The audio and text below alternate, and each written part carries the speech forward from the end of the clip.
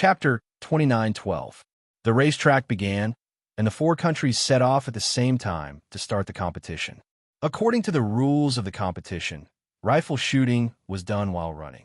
One had to complete the 3,000-meter run around the obstacle bars before they could truly start shooting while running. China, Germany, and the United States were the competitors, while the SFS Border Defense Army, the Netherlands, and the United Kingdom were the three countries.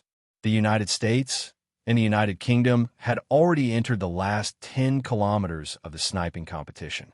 Therefore, only the SFS Border Defense Army and the Netherlands were running together, while the Chinese and German teams were running together. It was as if the four countries were competing in the rifle shooting competition at the same time. As the signal gun sounded, the competitors from the four countries set off to complete the 3,000-meter run. There was also a time limit, and whoever completed the 3,000-meter run first would directly gain points for the competition. The 3,000-meter run was a common occurrence for the Chinese soldiers. Even if they made a mistake in the army, the most common punishment was to run as many kilometers as they could carry. Even Yi Qian, who was a military school student, was most often punished by running as many kilometers as she could carry. The signal gun sounded, and the 8 Chinese team members picked up their rifles and shot out like arrows. Even someone as petite as Yi Qian was not slower than a male soldier. However, the reason why it was called a detour was because the competition venue was not like a sports field, where a single circle was 3,000 meters. Instead, there were many obstacle bars in the middle, and they were intricately intertwined with each other without any arrangement. After all these obstacle bars were completed, they would complete the 3,000-meter run. After the rain last night, the arena became even more wet and slippery. Furthermore, the arena was built with local materials and had not been artificially mined. Rocks of all sizes and sizes covered with moss were hidden in the short, wet grass. One of the Dutch contestants was unlucky enough to be hit while running. He slipped, and the rapid momentum caused him to fall hard onto his back. Although his back was cushioned by his luggage, his ankle should have been seriously injured. From the muffled sound he made, one could tell that it was very painful. Be careful of your feet. Yi Qian happened to run past the Dutch team member. When she heard his muffled cry of pain, she could not help but remind her comrade. She did not stop. This was not the time to be humanitarian. The competition venue was also a battlefield, and there was no such thing as mercy. Even the Dutch contestants didn't have time to help him, let alone the contestants from other countries. The 3,000-meter dash with a 35-kilogram load was not as easy as the 10-kilometer cross-country race. Especially after a short rest, all the muscles in the body would enter a relaxed and tired state, and if they suddenly sprinted again, they would feel powerless. It was the same for the Chinese team members. However, because of the humiliation of the SFS Border Defense Team, the Chinese team members felt stifled. Even though Xia Jinyuan had humiliated Shahrukh just now, the other party had taken the initiative to provoke them, so the Chinese team members could not let it go. Now I'm determined to give it to you. The SFS Border Guards were in an unsightly state. Every member of the SFS Border Guard was either 3 meters ahead of the opponent or 3 meters behind the opponent. From start to finish, the distance between them was 3 meters, no more, no less. The SFS Border Guards, who were panting after running all the way, naturally knew that the Chinese soldiers were doing this on purpose. The fact that they kept a distance of 3 meters made them angry at being humiliated. But could he get angry? No. Chapter 29:13. The Chinese team members didn't do anything else. There was no physical conflict, no verbal conflict. They only maintained a distance of 3 meters. The SFS soldiers in front of them would go around a few barriers, and the Chinese team members would follow closely behind them. This was to let the SFS soldiers know that there was a Chinese team member in front and behind them. One of the SFS border guards turned around to look at the Chinese team member following behind him. In a moment of carelessness, he slammed into a barricade. The barricade was knocked down, and he tried to stabilize himself in a fluster. As a result, he lost his balance and fell forward headfirst. Seeing this, the big eel beside him easily walked past him and said with a smile, "Be careful, buddy." It sounded like a kind reminder, but the SFS soldiers knew that it was actually a form of mockery. The SFS soldier who fell down from laughing gritted his teeth. Damn it, they're provoking us. Provoking us. Provoking us? No, no, no. Not provoking, but returning the favor. Telling the SFS soldiers not to provoke a giant lion that had just woken up from its slumber. Falling and knocking down barriers happened from time to time, and there were always muffled sounds of pain on the field. The Chinese team members had also fallen twice. After 3 kilometers, by the time they raised their rifles, their legs and hand were trembling, and even their heads were dizzy. They took detours, dodging left and right to avoid the barriers. The high energy consumption caused their brains to lack oxygen, which caused them to feel dizzy. These were all very normal occurrences. After the 3-kilometer detour, the countries immediately started shooting. All the targets were outside the track, and they aimed at the targets as they ran in a straight line.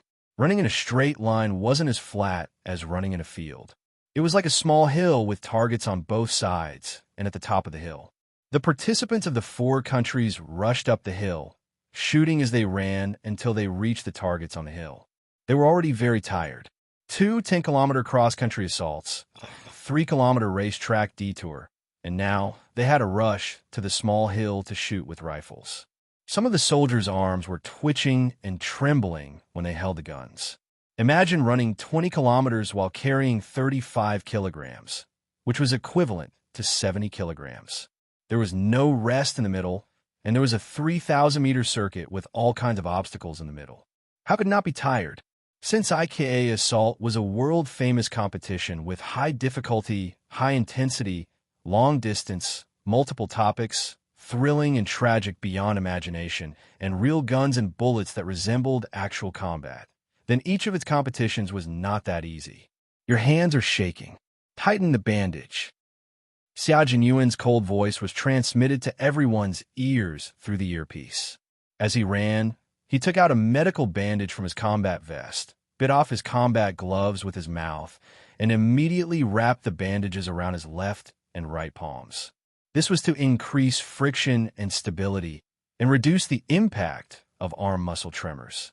They had also tested the experience that the veterans had imparted to them, and it was indeed proven to be useful.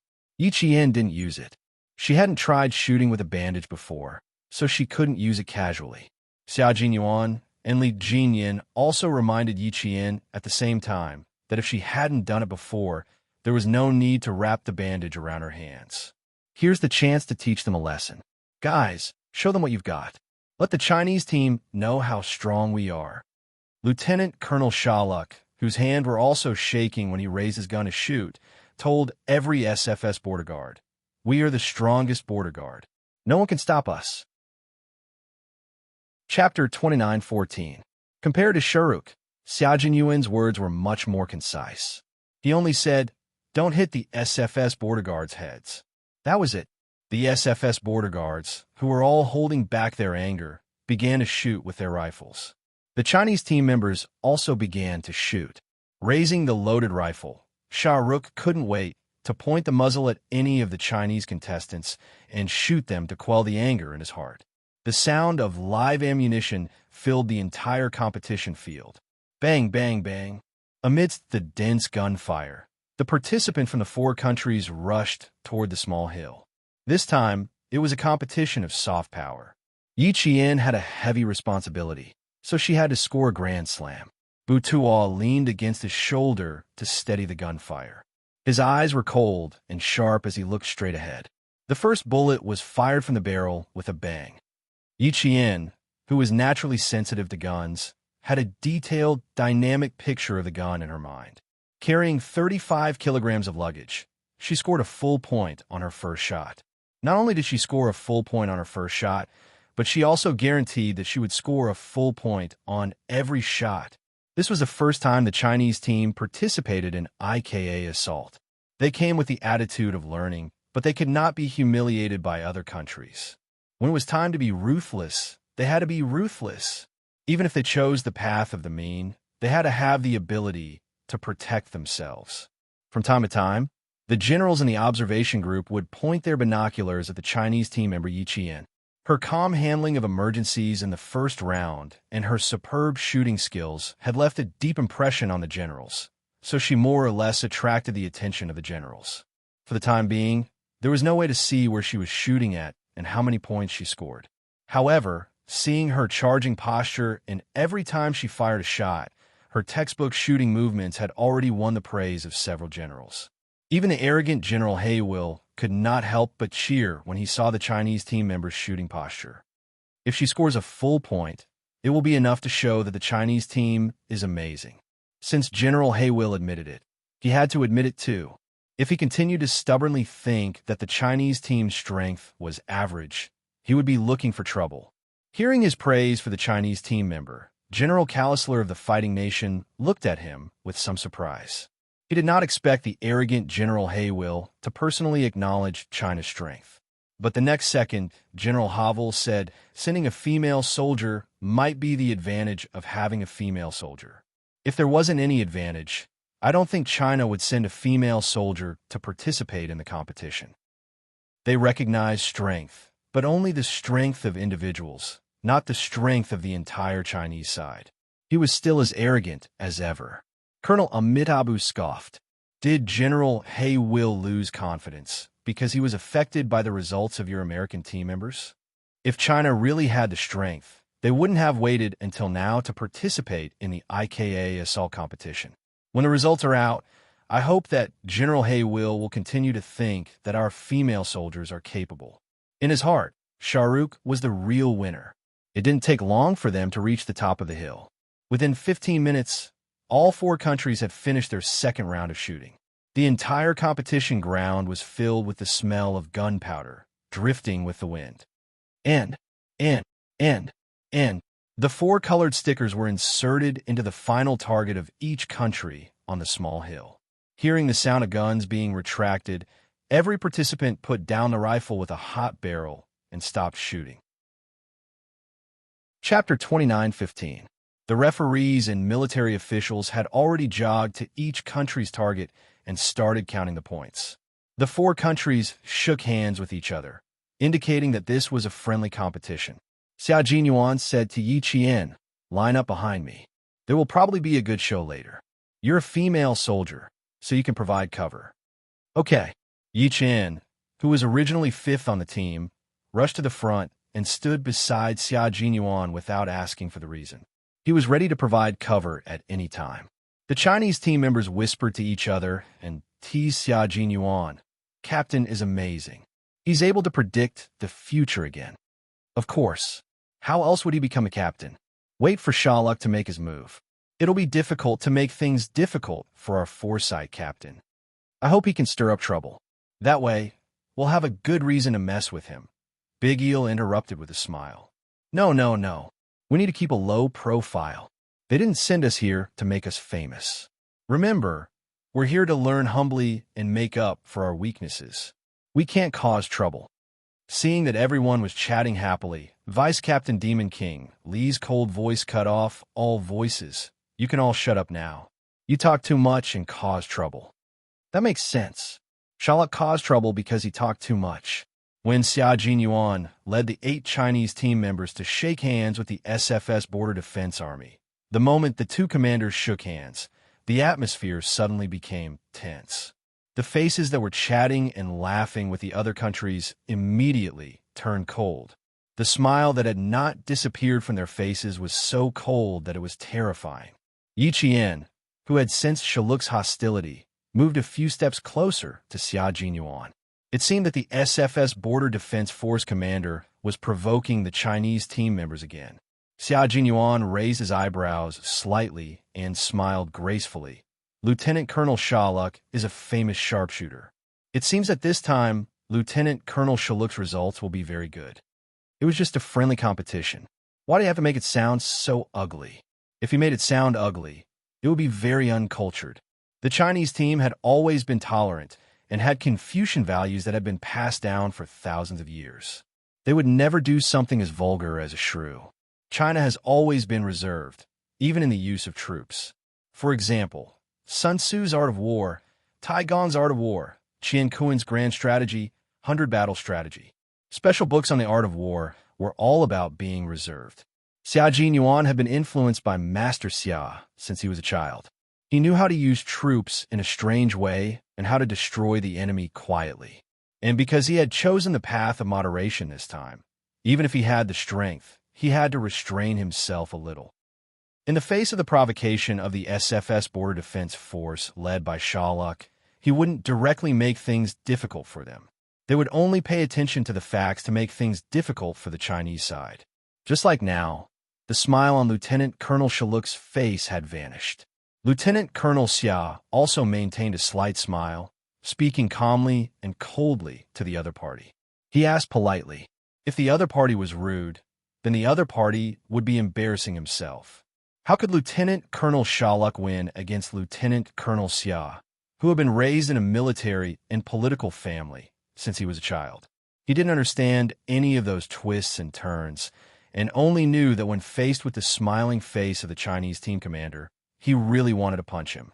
Lieutenant Colonel Shaluk, who had intentionally increased the strength of his arm, said with a smile that didn't reach his eyes, "In the face of your praise, I really want to be humble like you Chinese people, but I can't get used to your hypocritical modesty.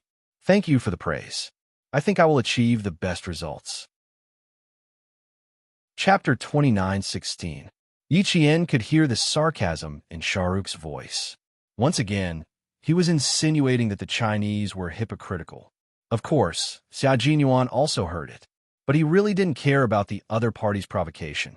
Shahruk, who was bent on provoking the anger of the Chinese soldiers, saw the young Chinese soldier standing in front of him with a calm demeanor. His eyes flashed with a trace of ruthlessness, and the words he said became more and more unpleasant to hear. Like an elephant stepping on an ant, you can easily...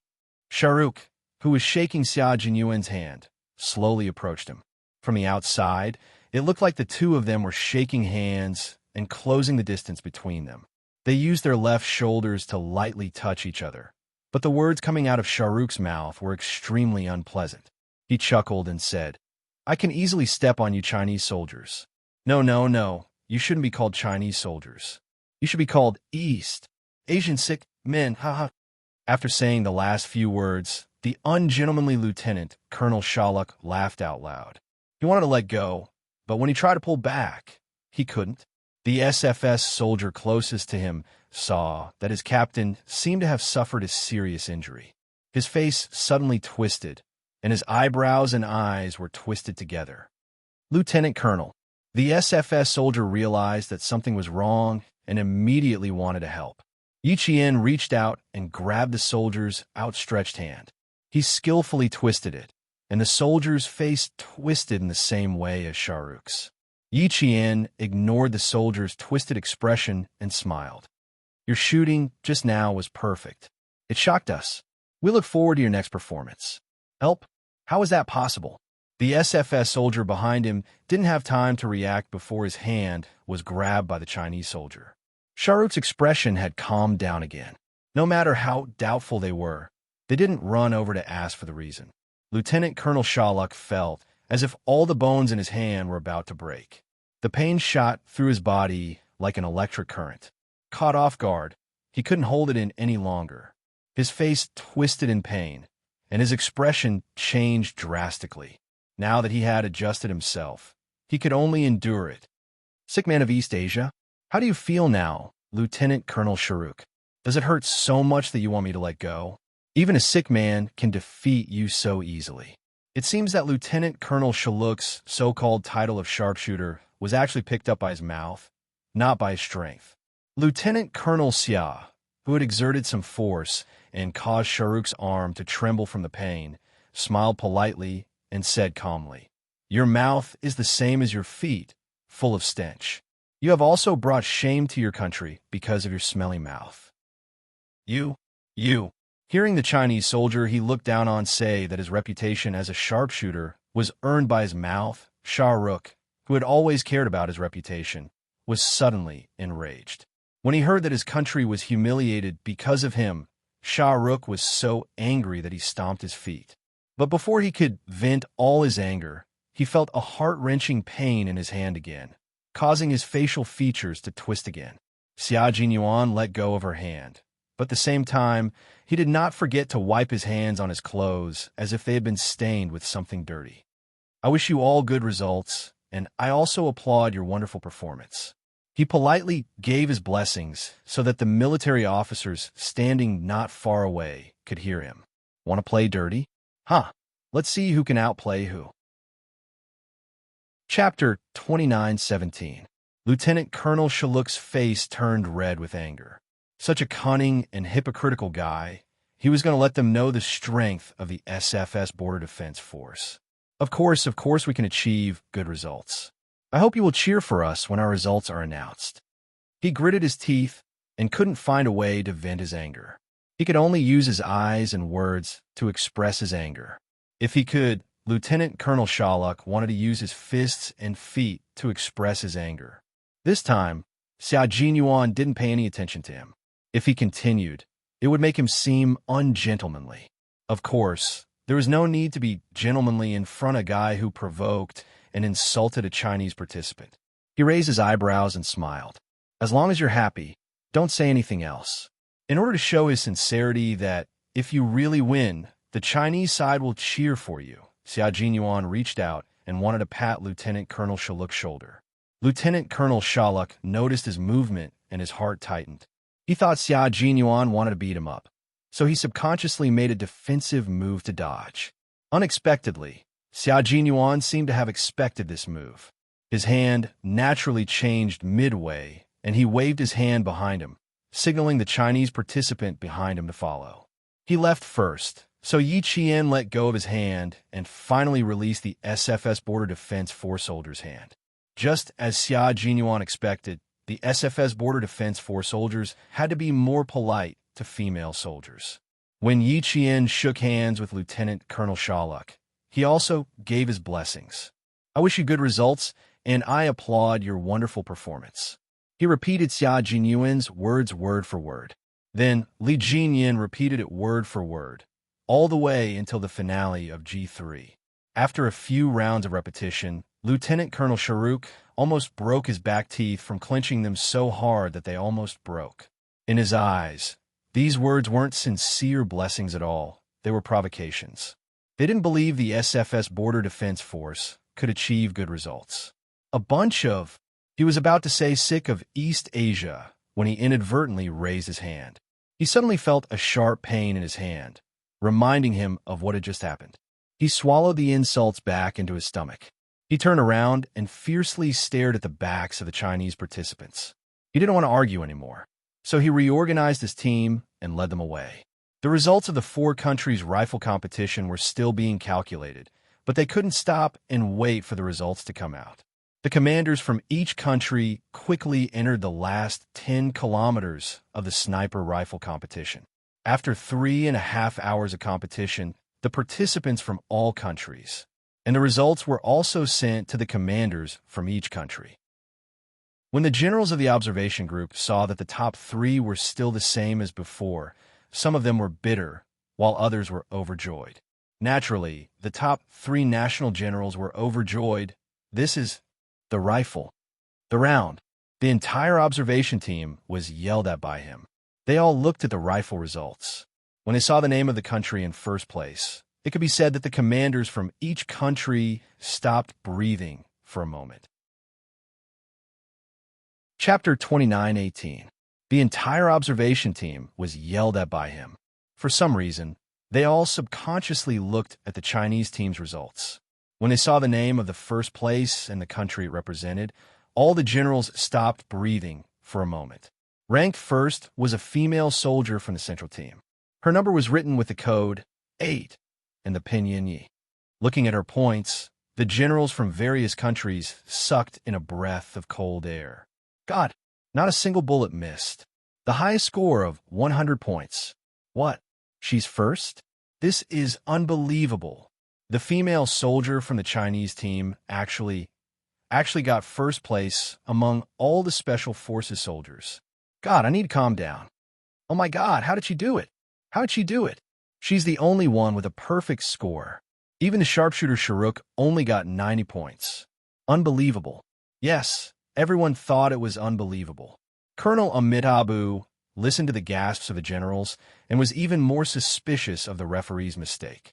He walked up to the Estonian National Defense Commander and said in a deep voice, "I request a new referee. This is impossible. Lieutenant Colonel Sharuk is the sharpshooter of our country. He definitely won't miss.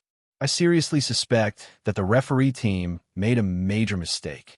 How could the Chinese soldier get a perfect score?" He almost said that the score that belonged to Yi Qian should belong to Lieutenant Colonel Sharuk.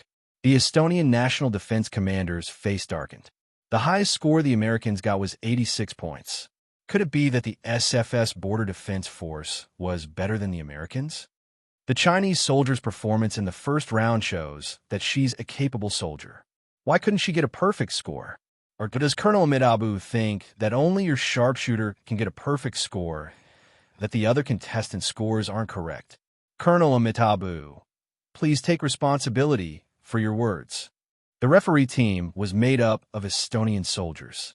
Now that they were being questioned, the Estonian National Defense Commander was displeased, especially since Colonel Amitabh's words. It was obvious that the full circle should belong to Shaluk. Why? The Estonian National Defense Commander's face turned cold. But how could Colonel Amitabh give up so easily? In his eyes, this was a matter of national honor. Now, the honor that belonged to their country had been snatched away by the Chinese team because of the mistakes of the referees. He must apply for a retrial. General Hywell's face darkened when he saw the results. He had always looked down on China's strength, and not just on China alone. He looked down on most countries. As the world's hegemon, the United States had enough capital to look down on those countries that were still developing. China belongs to developing China. In the 1980s and 1990s, China had sent many of its top generals to the United States to study.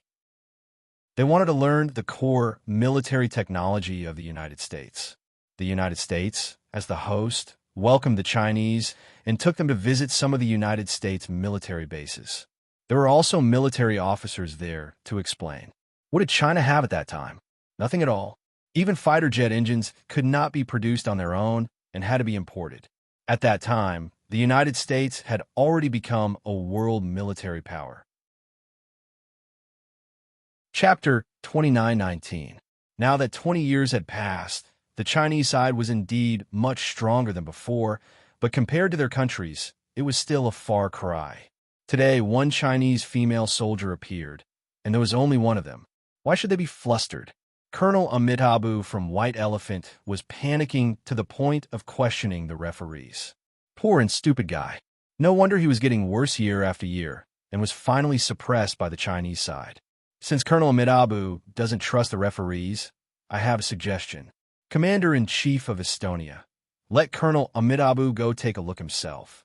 The best result belongs to the Chinese female soldier, and it belongs to their sharpshooter, Sharuk.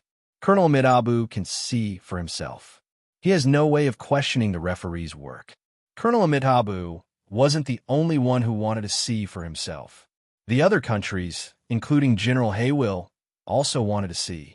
However, unlike Colonel Amitabh, they didn't directly question the referees or the strength of the Chinese female soldier. They just wanted to see the bullet marks left by the Chinese female soldier on the various targets. The referees had already been informed of this matter. They received Colonel Amitabh, took down the targets of the Chinese female soldiers and Sharuk from the automatic shooting machine, and presented them to all the officers of the observation group. Lieutenant Colonel Sharuk made a mistake in the first shot. She didn't hit the bullseye. She made another mistake in the second shot. The 4th, 5th, 6th, 7th, 8th, and 9th hit the bullseye. She made another mistake in the 10th shot. In the end, she only scored 90 points. Colonel Amitabh, we carefully checked the results of every participant. It's impossible for there to be a mistake like you said. As for the Chinese female participant, she didn't make any mistakes in any of the rounds. You can look at her positions. All the bullets hit the bullseye. She didn't miss or deviate. The bullet numbers on the bullseye matched the bullet numbers of her rifle. Therefore, the Chinese female participant scored full marks. She scored the best result of all the participants from the 12 countries and is ranked first. The referees laid out the targets and warheads one by one. Faced with the ironclad reality, Colonel Amitabu suddenly felt a gush of blood rushing to his head, causing him to almost lose his balance. Reality slapped him hard in the face, telling him that everything was normal and that it was all his imagination. The Chinese female soldier scored full marks, while Shahrukh only scored 90 points. That's enough, Colonel Amitabu. You have to accept the facts. The referees didn't make a mistake. Yes, the referees didn't make a mistake. It's all because you have a serious prejudice against the Chinese contestants. That's why you think they can't score. Your doubts are full of prejudice and arrogance, Colonel Amitabu. This doesn't match your status.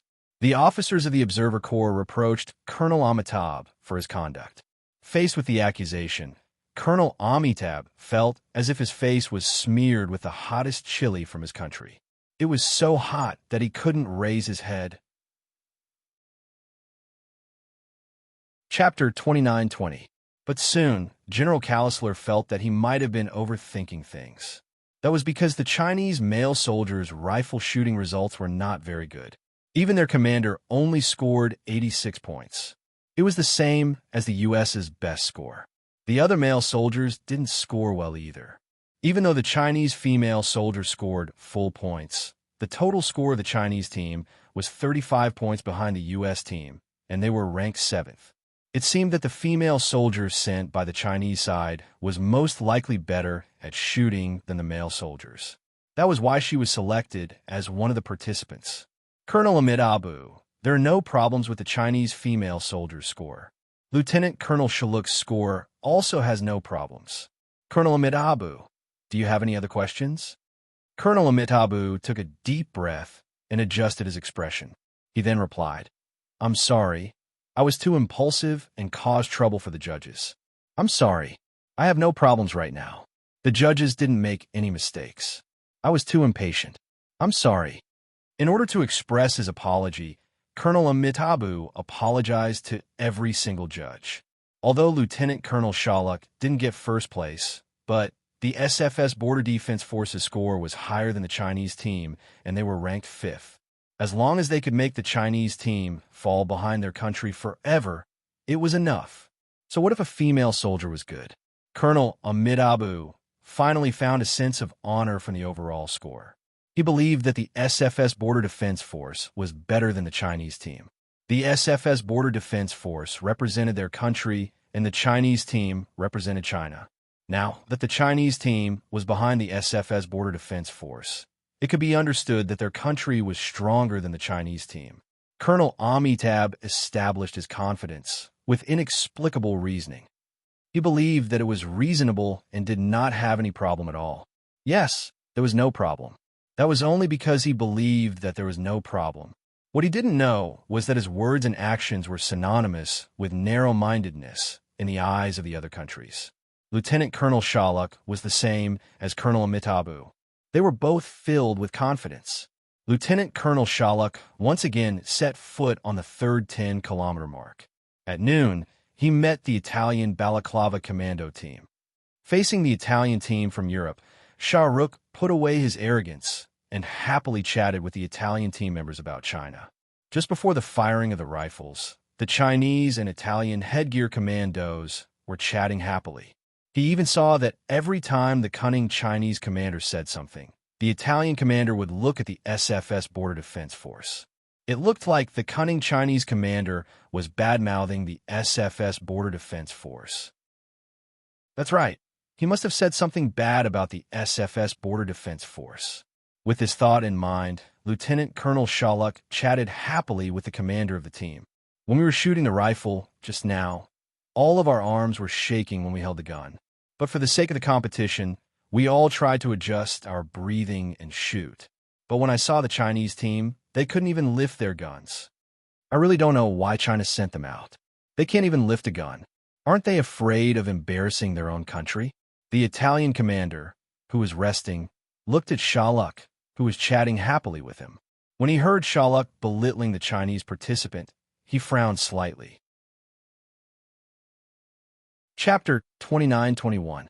He thought that he needed to remind the SFS commander from Baixiang that it was very bad behavior to belittle the contestants of another country behind their backs. They didn't respect the contestants from China. The Chinese contestants had expressed their friendliness from the beginning. When they were talking, the Chinese commander even praised the strength of the commander in front of him. He also said that they were looking forward to the next competition and hoped to see the outstanding performance of the SFS. He was very gentlemanly and also very respectful to the contestants of each country. On the contrary, the words of the SFS commander in front of him were full of prejudice against China and even malice. This kind of behavior was very repulsive. Lieutenant Colonel Sherlock was used to speaking ill of China. They often slandered China in the country and even in the media. Now that there was such a good opportunity, how could Sherlock let it go? The Italian commander hid his disgust very well, and Sherlock didn't notice it. He said, "Do you know why China's army is not as good as ours? Because our army is made up of volunteers, and China is made up of conscripts. The conscripts don't work hard enough and are forced to become soldiers. I often patrol the border and can see that the conscripts of China like to be lazy. Their equipment is too outdated. The rifles in their hands are all from the 1980s. Our army has the most advanced weapons in the world. As for China's equipment, they either import it from Western countries or imitate Western countries. So, even if China introduced many advanced weapons last year, they can't compare to ours. How can a country with a bunch of lazy conscripts be really strong? Just like the contestants sent by the Chinese side this time, they don't have any strength at all. They're like clowns, jumping around and trying to show us that they're also soldiers. What an unlovable existence." The Italian commander felt that the unlovable existence was actually right beside him. Now, he didn't want to endure it anymore. He felt disgusted talking to a guy who didn't respect his country. Do Chinese soldiers like to be lazy? I think you have a very serious prejudice against Chinese soldiers. Just 10 minutes ago, the Chinese team entered the sniping route ahead of us. Their commander kindly reminded us that we can rest at the control station. That way, we will have more energy to face the upcoming sniping match. The Italian commander couldn't stand it any longer. He looked at Sharuk with his gray-brown eyes and said seriously, "Just 10 minutes ago, the Chinese team entered the sniping route ahead of us. Their commander kindly reminded us that we can rest at the control station. I'm confused by your words. In your words, you described the Chinese team as a team filled with malice toward everyone. However, the Chinese team I saw, their commander, and their members were all very friendly and humble. They even praised you and cheered for your performance. So, I doubt the authenticity of every word you say.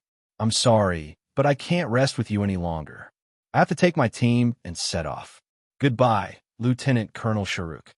After the Italian commander finished speaking, he clapped his hands and stood up. Using their mother tongue, he called all the team members to prepare and set off. Lieutenant Colonel Sharuk, who was sitting on the rock, was stunned. What? What did he hear? Those cunning Chinese contestants even praised them? How could this be? How could the Chinese side, which prevented their country from becoming the #1 in Asia, send out a participant to praise the SFS Border Defense Force? Chapter 29-22. Shah Rukh didn't believe that the Chinese team members would speak well of them. Since the beginning of the year, the relationship between the two countries had been tense. Both sides had sharp words, and neither side was willing to back down. At this point, he didn't believe that the cunning Chinese team members would cheer for the wonderful performance of the SFS Border Defense Force. He didn't believe it, and the Italian commander didn't explain too much. In short, the Italian commander just wanted to get away from this arrogant guy whose mouth was full of lies. Asia's #1? Sorry, if the Italian citizens had to choose who was #1 in their hearts, it would definitely be the Chinese team. That mysterious Eastern country had mysterious martial arts that people yearned for. When the Italian commander said that the Chinese team had already left the designated route, Sherlock, who wanted to catch up with him to explain, immediately jumped up and waved to the rest of the team. Get up, get up, get up. They have already surpassed us. Get up. There was no imaginary enemy in this 10-kilometer distance. only a control station. After arriving at the control station, they would receive the next mission, sniping. The sniping would be done simultaneously. The first country to arrive at the control station would get points. At the same time, the rest time would be longer because they had to wait until the last country's team members arrived. When Shah Rukh heard that the Chinese team members had already passed the control station, he didn't have the mood to rest. When he thought about the possibility that the Chinese team members would arrive at the control station before the SFS Border Defense Force and get one more point, Shah Rukh felt like his heart was being bitten by thousands of ants, making him extremely uncomfortable. After less than 5 minutes of rest, Shah Rukh led his team members and chased after the Chinese team. Many situations occurred during the competition that day. Regardless of whether it was the 4 countries that were participating for the first time or the Western countries that had participated for several years, they were affected by the rain. Some fell and walked with a limp, some were bitten by poisonous insects, and some even bled. Some even had to pay more than 3 penalty slips in their pockets. There were only 10 penalty slips in total. 10 penalty slips meant sacrifice, and 3 penalty slips meant that more than half of the life was gone. The Chinese team's big eel turned in 2 penalty slips. His chin was injured, and he fell while being chased by 6 Estonian soldiers. In a situation where he was surrounded by 6 Estonian soldiers, he decided to protect the first team and rush out first. Then, he obediently handed in a penalty slip and followed the rest of the team. At this moment, the Chinese team didn't rest for even a minute and headed towards the control station. They would rather rest at the control station than take a break midway. This was the reason Xia Jinyuan said. Under the leadership of Xia Jinyuan, the 8 Chinese contestants didn't rest for even a minute, even though they walked slowly. They arrived at the control station at 1:30 p.m. local time, an hour earlier than the time they were supposed to arrive. They were only 37 minutes later than the first team from the United States and 11 minutes later than the 4th team from the United Kingdom. The Chinese side arrived at the control station on the 5th day and began an hour of rest. They were all too tired. Plus, the sniper competition would start at 3 o'clock. The contestants from each country simply greeted each other and found a place to rest. There was no other communication. The contestants sent by the United States even came over to greet Yi Jian. Although they were competitors compared to Shah, the United States' attitude could be considered friendly. Chapter 29-23. In the face of the friendliness of other countries, Yi Jian behaved gracefully. He used fluent American English to communicate with the American Special Forces. They were the people that China needed to learn from. Even if he was tired, Yi Jian did not want to miss the opportunity to communicate with them. Even the spirit of the American Triamphibious Assault Force was worth learning from. Like the Chinese soldiers, everything they did was for their own country and people. Like the Chinese soldiers, they did their best to protect the interests of the country and the safety of the people. Therefore, why did the Italian commander say that the soldiers of every country needed to be respected? Even if they were on opposite sides, as soldiers, they also needed to respect the soldiers of another country. Your pistol shot shocked us. It was very, very good. The American contestant gave Yi Jian a thumbs up. His deep Western face was full of admiration. It's amazing.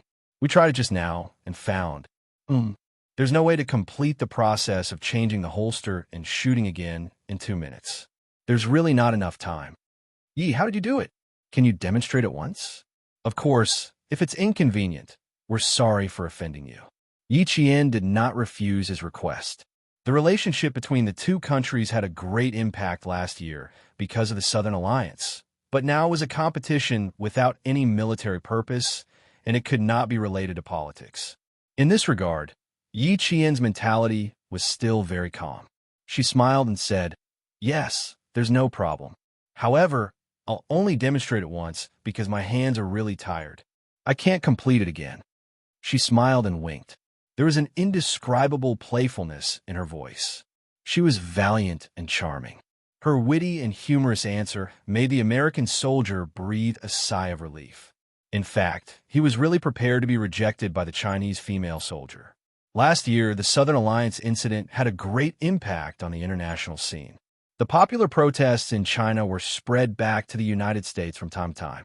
Chinese students joined the protests.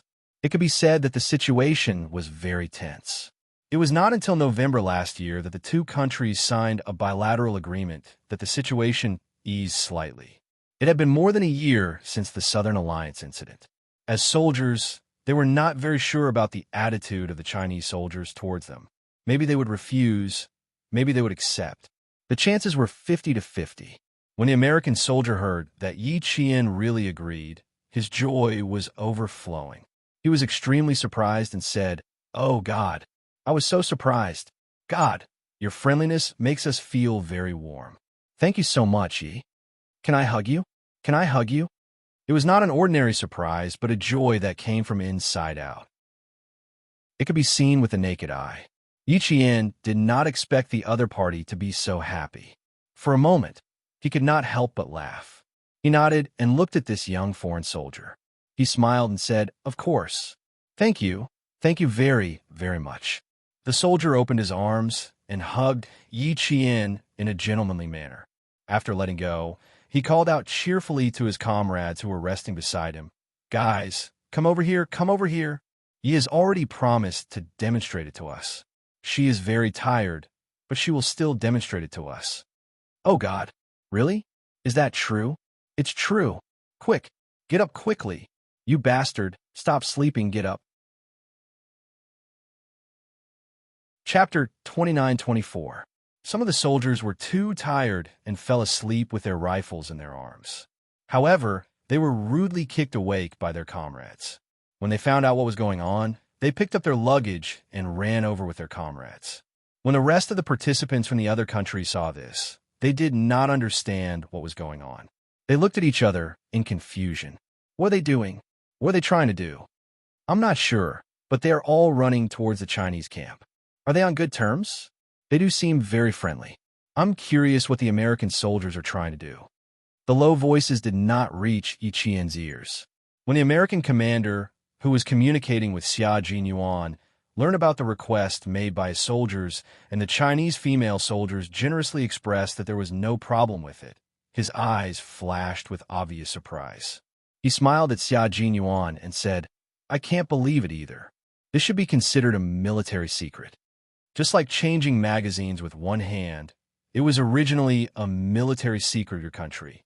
Later on, it became a must-learn skill for the special forces of all countries. It also became a must-learn skill for us commandos. As he spoke, the commander swung the rifle on his back to his chest and finished changing magazines with one hand in front of Xia Jinyuan. It was obvious that he had practiced it a lot. Xia Jinyuan laughed.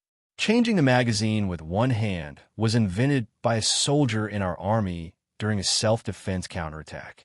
It only took 2 to 3 seconds to change the old and new magazines. It was much faster than the regular method. It was a very practical tactical move.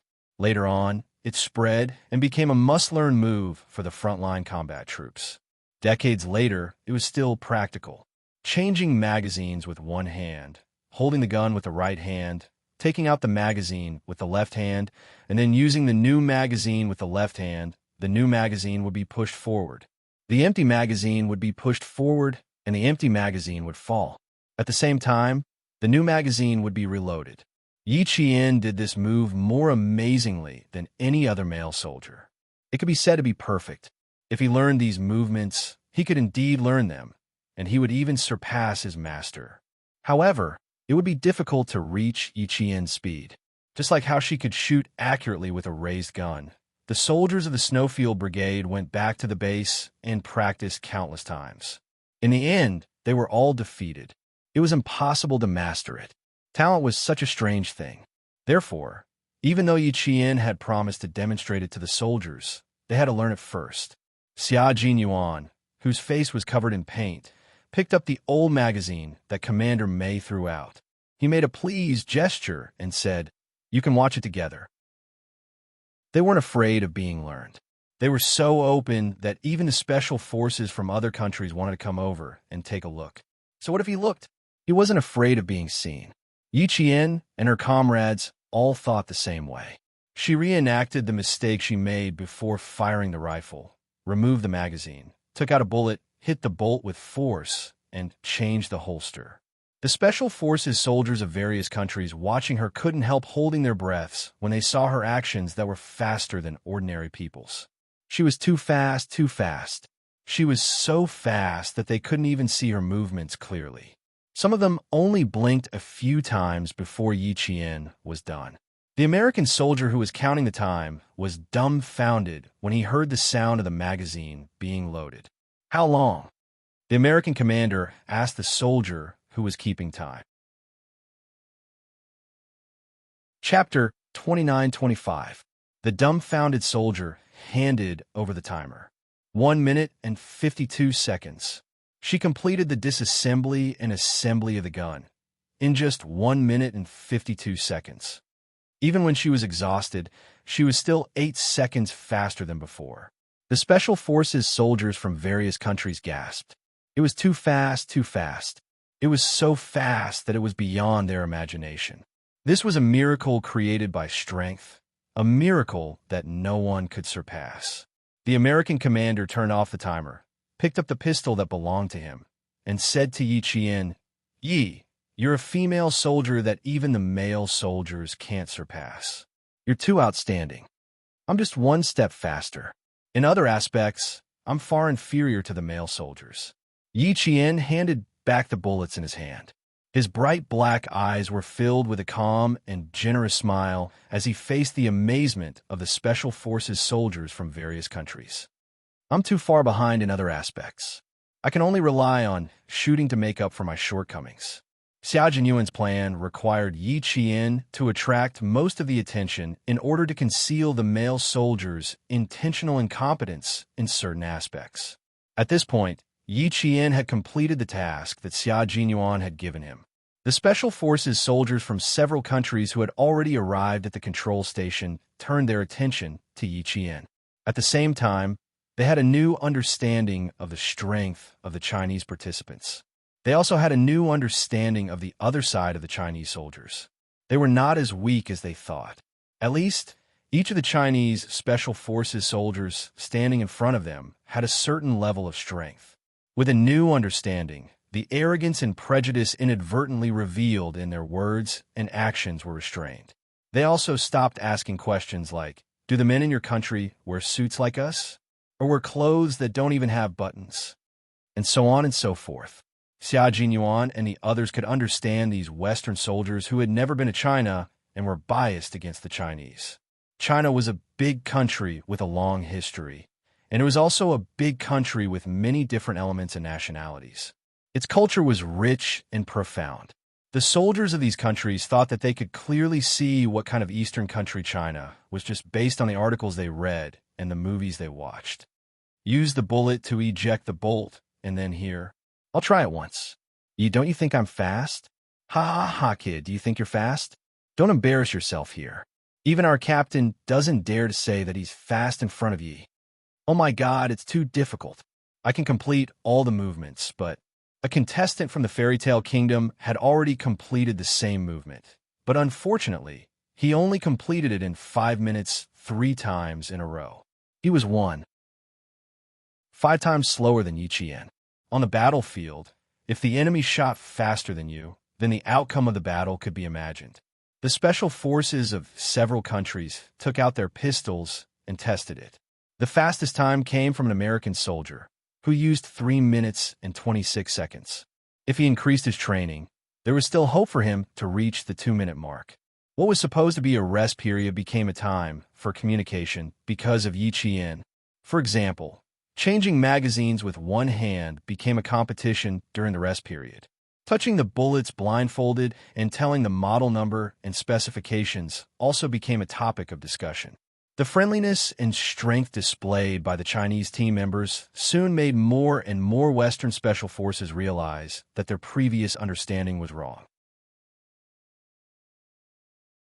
Chapter 29-26.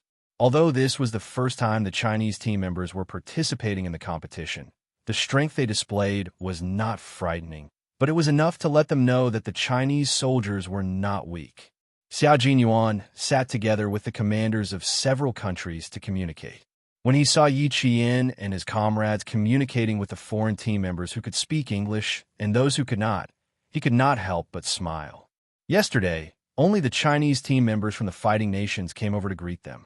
The rest of the Western countries had a lively exchange with Shah Rukh and the others. Today, they were no longer isolated and had a pleasant exchange. Even if there was a language barrier, it did not matter. They could use body language to express themselves. As long as they had the intention to communicate, the language barrier could be solved. Xia Jinyuan, this is our team. Our soldiers are going out of the country for the first time. You and your team members are not only shouldering the heavy responsibility of winning respect, but also the responsibility of telling the Western countries that our Chinese soldiers are not weak, but humble. If we win, we have to win beautifully. If we lose, we have to lose with dignity. When we go out of the country, we have to stand tall and tell the other countries that our Chinese soldiers are not weak, but just peaceful. Don't lose too badly. If you lose too badly in your first competition, you will lose face and damage the country's reputation. Don't win too badly either. If you win too badly, you'll become the first target to be attacked. Since ancient times, the stick hits the bird that sticks out. Right now, we are not qualified enough to be a bird that will not be beaten and will only fly higher. Therefore, you have to be humble and keep a low profile. But at the same time, you have to win respect. You must not do anything that will damage the image of the Chinese soldiers. Unyielding, fearless in the face of danger, as quiet as a virgin, as agile as a rabbit. This is the hope that the military has given you. I hope that you will not let down the motherland and the people. Before they left, the country's top leaders, accompanied by Commander-in-Chief Xia and Major General Yang, arrived at the resting camp of the 8 foreign team members. They stood under the bright red national flag and watched the 8 team members solemnly swear an oath. After that, they called Xia Jinyuan alone to talk about the hopes that the country and the military had for them. But now, Xia Jinyuan saw that the soldiers of the other countries no longer looked down on them. When he saw the respect they had for the Chinese soldiers, Xia Jinyuan, whose eyes were filled with tears, gently closed his eyes. Although it had only been 24 hours since they had arrived yesterday, the Chinese team members had walked too hard and were too tired. When the country was strong, the people will be strong as well. It took him 24 hours to win respect, and he and his comrades had finally completed the important task given to them by the country.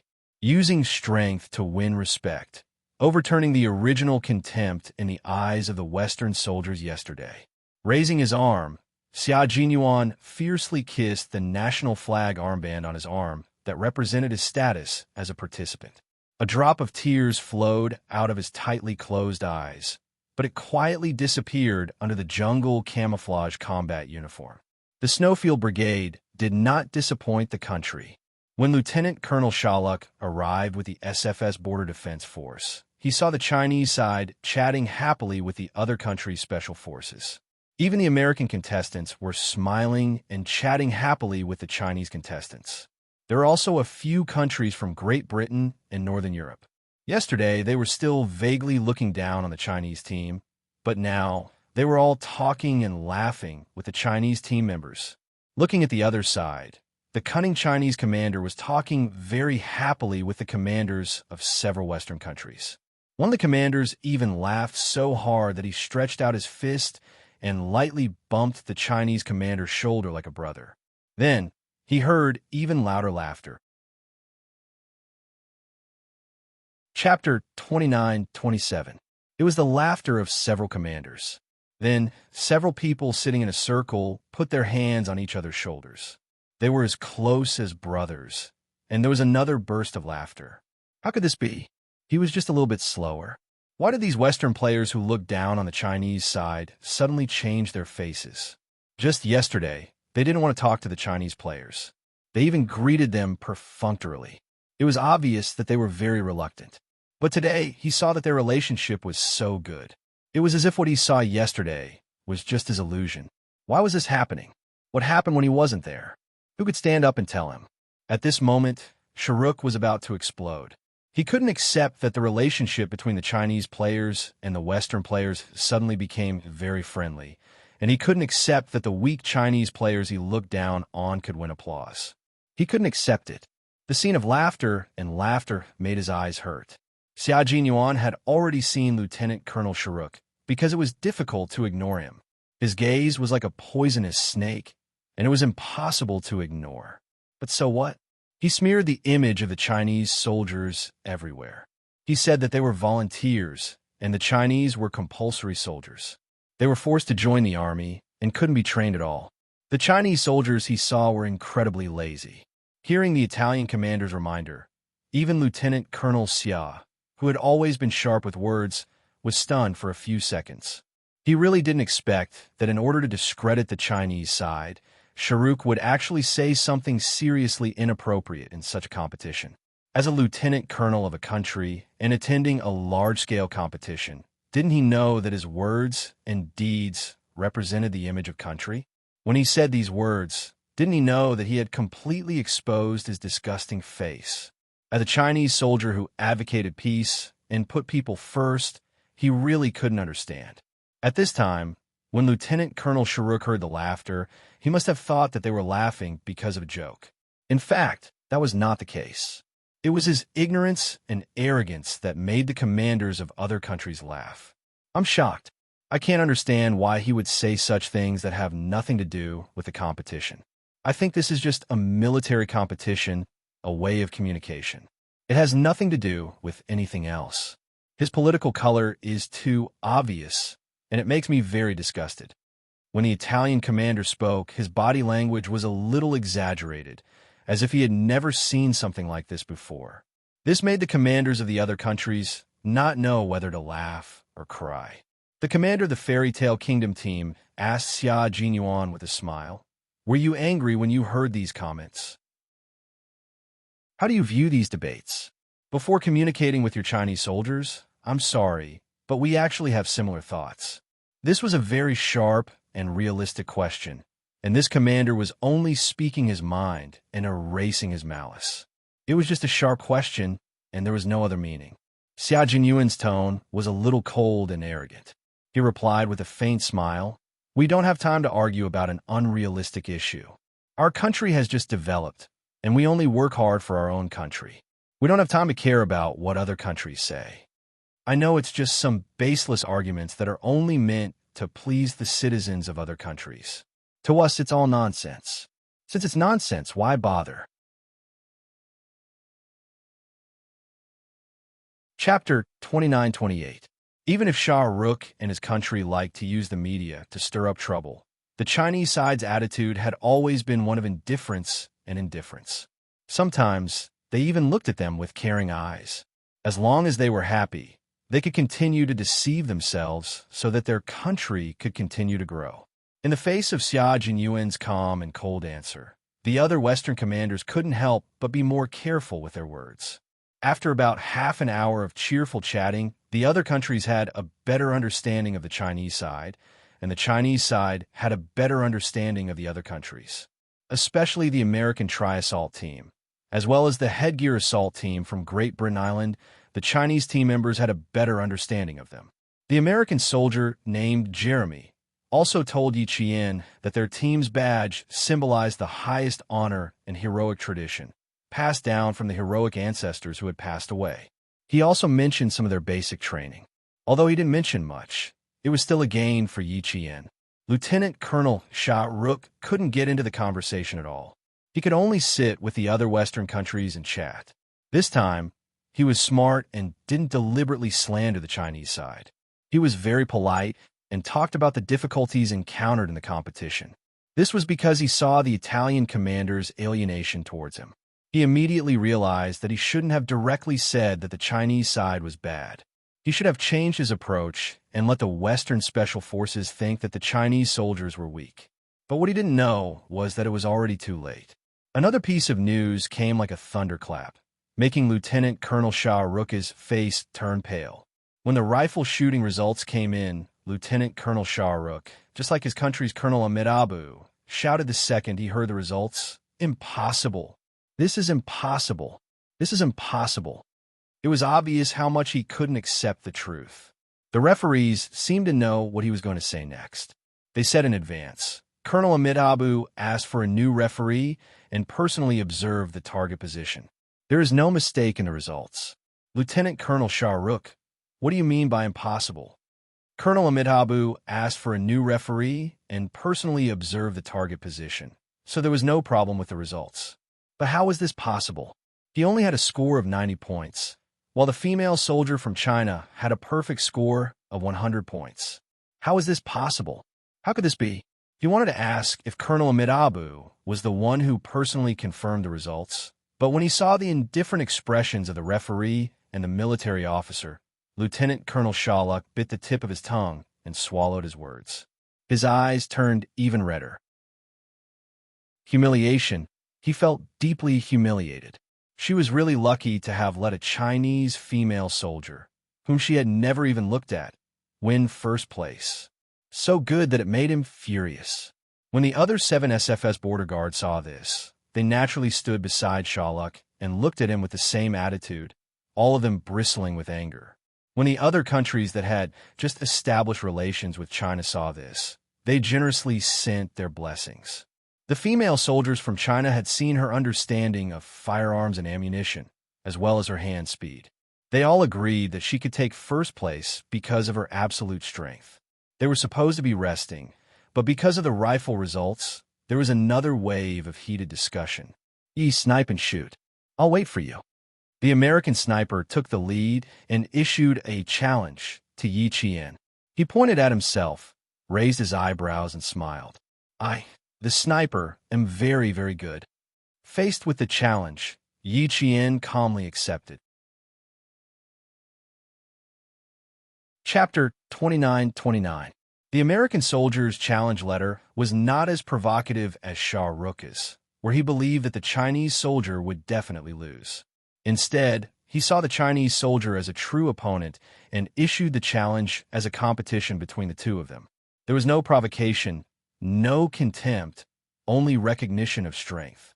Once they recognized your strength, they wanted to challenge your strength, and they treated you as an opponent that needed to be taken seriously. Yi Qian gladly accepted such a challenge letter. The sniper competition would begin at 3 o'clock sharp. There was still half an hour to rest. The special forces from each country stopped communicating and returned to their respective camps to rest for 30 minutes. The Chinese team members also leaned against their backpacks and closed their eyes to rest. Perhaps because they had won the respect of the special forces from each country, the resting Chinese team members all had faint smiles on their faces. Winning respect and recognition was actually a very long process. Today, the Chinese team members had only taken a small step forward. They only had a preliminary understanding of the Chinese soldier. Perhaps they still had some prejudice in their hearts, but it didn't matter anymore. The citizens of any country would have prejudice against the citizens of another country. Historical reasons, political culture, living background, and living environment were all very different. There was bound to be disagreement and conflict. It was undoubtedly impossible for the citizens of one country to completely understand the citizens of another country. But what the Chinese side wanted was not to be accepted by the whole world. What they wanted now was to at least win respect every time they stood out. This was the task given to Xia Jinyuan by the highest authority. And Xia Jinyuan and his comrades did not disappoint. They completed the task and successfully won the respect of the other country's team members. There was still half an hour to 3 o'clock. The last special forces from each country finally arrived at the control station. The control station finally relayed the rules of the sniper rifle competition to the commanders of each country. Xia Jinyuan spoke at a steady pace. He read the rules slowly with the calmness of Mount Tai and the momentum of the cold wind. After he finished reading the rules, he was shocked by how flexible and brutal the rules were. The team members who were listening were all silent because of the rules. No points will be awarded if you kill the other country's assaulter on the spot. These rules of the competition are really exciting. You still have to walk out of your own home and touch the other country's territory to score points. In order to score points and rank, you really have to make a move. What should we do? The big eel wiping his face asked. Following that, The T6 combatant said in a low voice. Along the way, we might encounter an imaginary enemy or get killed by the enemy's sniper. When we reach the match point, it won't start immediately. Instead, there will be an incubation period. There are too many variables here. The sniper could be killed by the assaulter of another country at any time. With a swoosh, 5 points would be gone. This incubation period was when the other party's commandos would make their move and search for each other's opponents. Then, they would finish off the commandos or snipers. It was no longer a competition between three countries like rifle shooting and pistol shooting. Instead, it was a mutual suppression. Getting rid of an assaulter from another country is worth 1 point, and getting rid of a sniper from another country is worth 3 points. There's a huge disparity between the points gained and the points deducted. You'll have to risk your life to protect the sniper. G3 opened his mouth. His voice was like a cold wind blowing through the rugged rocks of a primeval forest. It was cold and steep. The points obtained will be included in the total score. Once you kill one of our snipers, you'll get 5 points. Chapter 29:30. Running over to someone else's camp and killing a sniper would only earn you 3 points. Once someone else killed your own sniper, you would lose 5 points. There was a huge difference of 2 points between entering and exiting the camp. This rule was a little too active. Fortunately, the points were the same for each country. Going to someone else's camp only gave them 3 points. It was barely fair. G3 said, "The rules say that we can choose to stay where we are and protect our sniper, or we can choose to leave. If we choose to stay where we are, although it's conservative, it's not challenging at all." That's right, they were here to learn. If they didn't participate in a challenging competition, especially one where they could directly fight against each other and test their strength, then they might as well not come. Just as the captain said, even if they lost, they had to lose fair and square. Although we don't need to fight for the top 3, this way, the battle arrangements can be more conservative and not so brutal. But if we don't go all out, it's equivalent to coming here for nothing. If we really have to choose to be conservative and lose with value, maybe we can learn something. At this moment, Yi Qian spoke. His voice was as clear as water, even colder than the streams in the eastern forest. We might as well choose the toughest target. What do you all think? She looked up and asked her comrades with a deep gaze. Choose the toughest target. This was a good idea. Secretly, Sparrowhawk gave Yi Qian a thumbs up. As expected of Qing Yao, she was so tough. But it was not easy to choose the toughest target.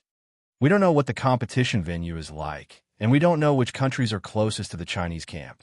If we want to choose the toughest target, it's not something we can do. De Xiao voiced the doubts of his comrades. Suddenly, he saw Yi Qian and Sparrowhawk exchange glances. He suddenly understood. Yes, their scout was here. The rules are flexible, and the battle arrangements can also be flexible. Li Jinyan rummaged through the grass. His slender fingers quickly picked up some small stones. There were exactly 12 of them. He picked them up and placed them in the middle. His calm gaze fell on Xia Jinyuan, who had been listening to his comrades' discussion and hadn't spoken since the rules were announced. It depends on how our commander deploys the battle.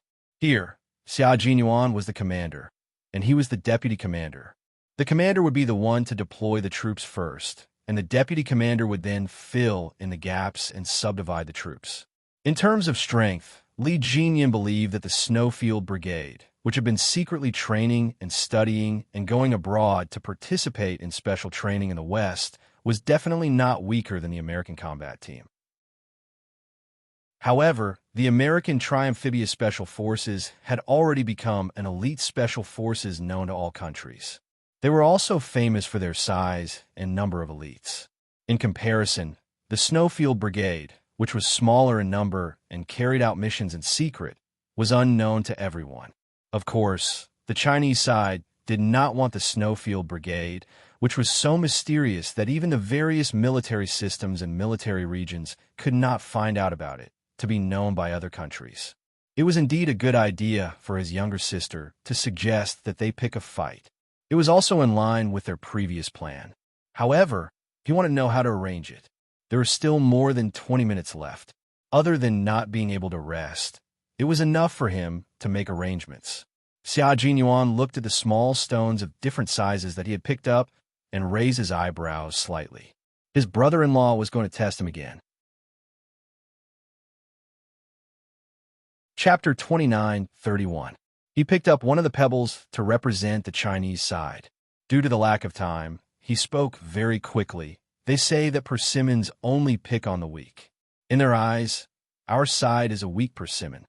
Furthermore, they already know the strength of our snipers in advance.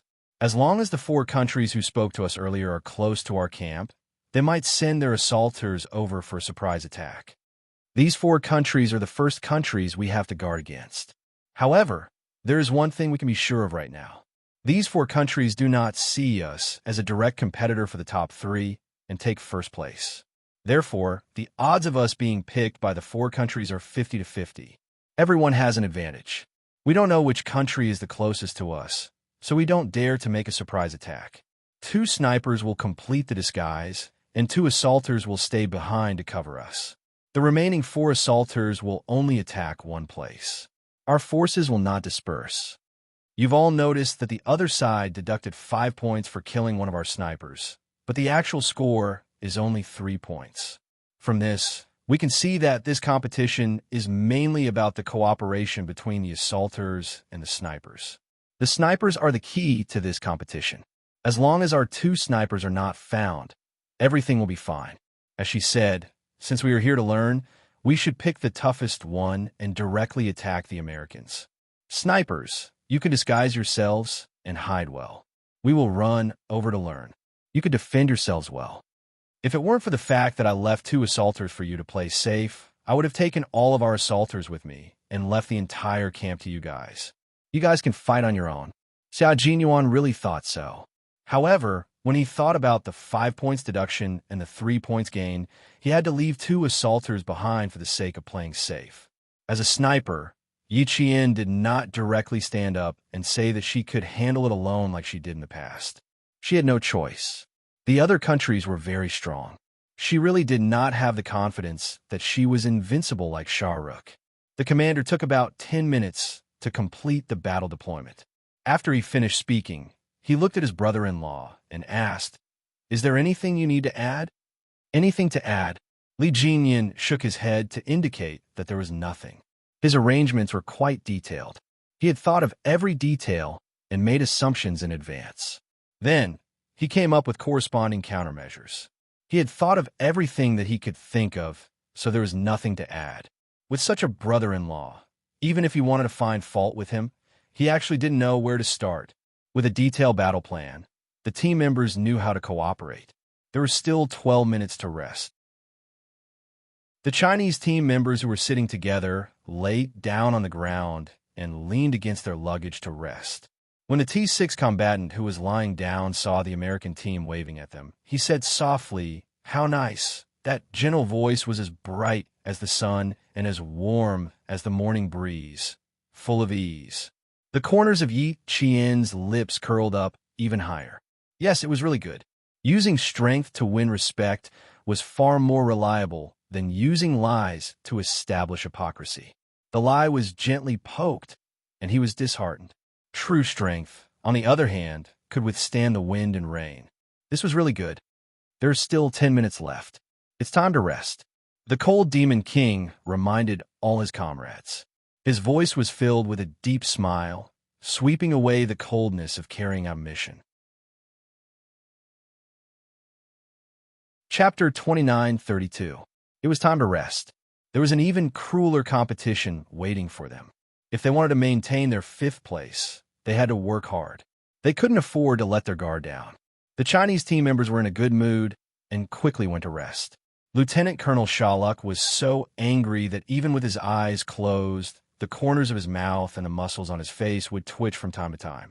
He was so angry that he couldn't fall asleep peacefully. As a famous sharpshooter in China, everyone thought that he could achieve the highest score and take first place in rifle shooting. Even he was so confident. In the end, it was taken by the Chinese soldier he looked down on, and it was a female soldier. As a male soldier, he couldn't even beat a female soldier. After arranging the sniper team, Lieutenant Colonel Shaluk felt that he had been deeply humiliated. He couldn't even face his teammates now. Even if the Chinese soldiers' total score was lower than the SFS Border Defense Army, the anger in his heart wouldn't dissipate. He had to defeat the Chinese soldier. He couldn't let the Chinese soldier surpass his powerful SFS Border Defense Army. Asia's #1 could only belong to his country. After Lieutenant Colonel Shaluk finished arranging the snipers, he once again reminded them with a gloomy tone, "We only need to keep an eye on the Chinese side and directly take out their 2 snipers. This is the main task of the snipers. If you discover any snipers from other countries, immediately avoid them and conserve your energy to fight the Chinese." Understood. Understood. The SFS Border Defense Army snipers all had serious expressions. They had to teach the Chinese a lesson. With hatred, Lieutenant Colonel Shaluk began to look forward to the sniper competition at 3 o'clock. He wanted their snipers to severely injure the Chinese snipers. They couldn't let the Chinese snipers be so arrogant. Xia Jinyuan didn't ask the Chinese snipers to do anything. Before the sniper competition started, he just smiled at Yi Qian and said, "Just show your usual strength. It's okay if you accidentally get first place again. We'll do our best to drag you down. We won't let your score soar too high." He was completely joking and didn't give Yi Qian any pressure. Yi Qian sneered, "They're all strong opponents. We can't go easy on them even if we want to. Even though I'm confident of getting into the top 5, it's still very difficult. My target isn't that big. I just need to suppress the SFS border guards." This wasn't a big target. The SFS Border Defense Force wasn't a powerful special force. It was just that Shah Rukh thought they were powerful. That's right. Their goal is very clear. The other sniper just said the same thing. His goal is also to suppress the SFS border guards. Xia Jinyuan raised his hand to straighten Yi Qian's collar and adjusted the strap of her helmet. His slender fingers were sweaty, as if they were coated with a layer of light. The weather in the eastern forest changed too quickly. Previously, it was still raining, but now the sun was out. The sun at 3 o'clock wasn't very bright, but it brought warmth to the body. Originally, he was still a little cold. Now that he was preparing for the sniper competition, he began to sweat again as he stretched his arms and legs. Yi Qian lowered her head and looked at the hands that were tidying her collar.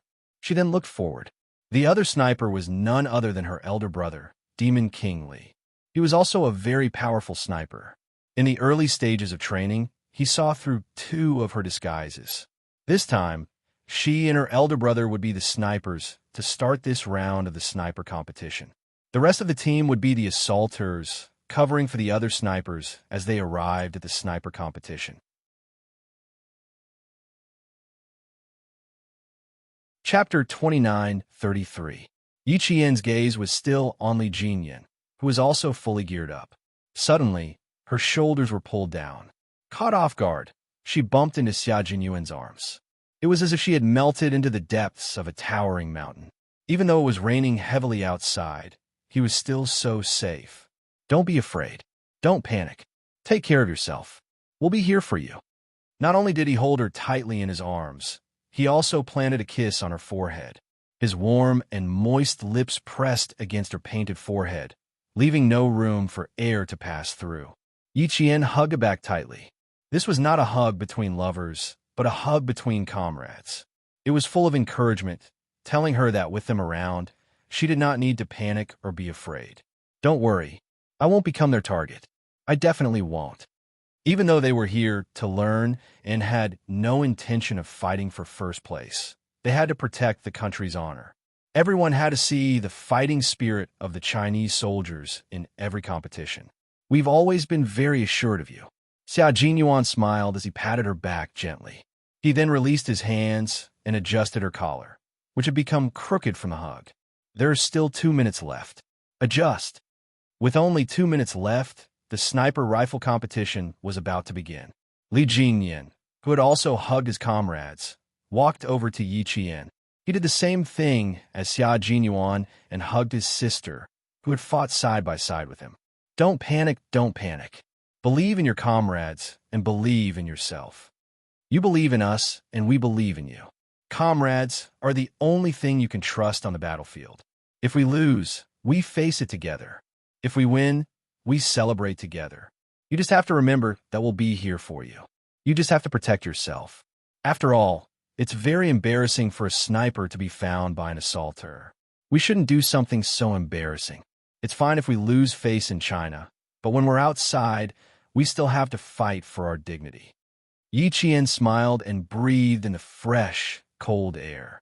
He looked at the trusting eyes of his comrades standing beside him and listened to his brother's words. His smile deepened. Yes, I know. She had always known that her comrades believed in her so much. On the battlefield, they believed in her as much as they believed in themselves. At 3 o'clock sharp, the signal flare whizzed through the air, dragging a long orange-red tail behind it. The competition had begun. The first step for a sniper was to take this sniper rifle from the military officer. Yi Qian and Li Jinyan took the sniper rifle at the same time and shouted at the same time, "Let's go." The Chinese team members, who were already prepared, rushed into the forest. On the left and right were assaulters, and in the middle was a sniper. They quickly headed towards their target. At this time, every minute and second was extremely precious. This was a battlefield, and on the battlefield, time was life. Being 1 second faster than the enemy meant one more victory. Since they did not know which country was the closest enemy, the first thing they had to do was find the highest vantage point to observe the situation and buy time for the sniper to camouflage himself. The commander of the observation team could clearly see the moment the special forces from the 12 countries launched their attacks on the big screen. The most eye-catching ones were the American team members. Every soldier cooperated very well with each other. Their speed and movements showed that they were well-trained elites. Chapter 29:34.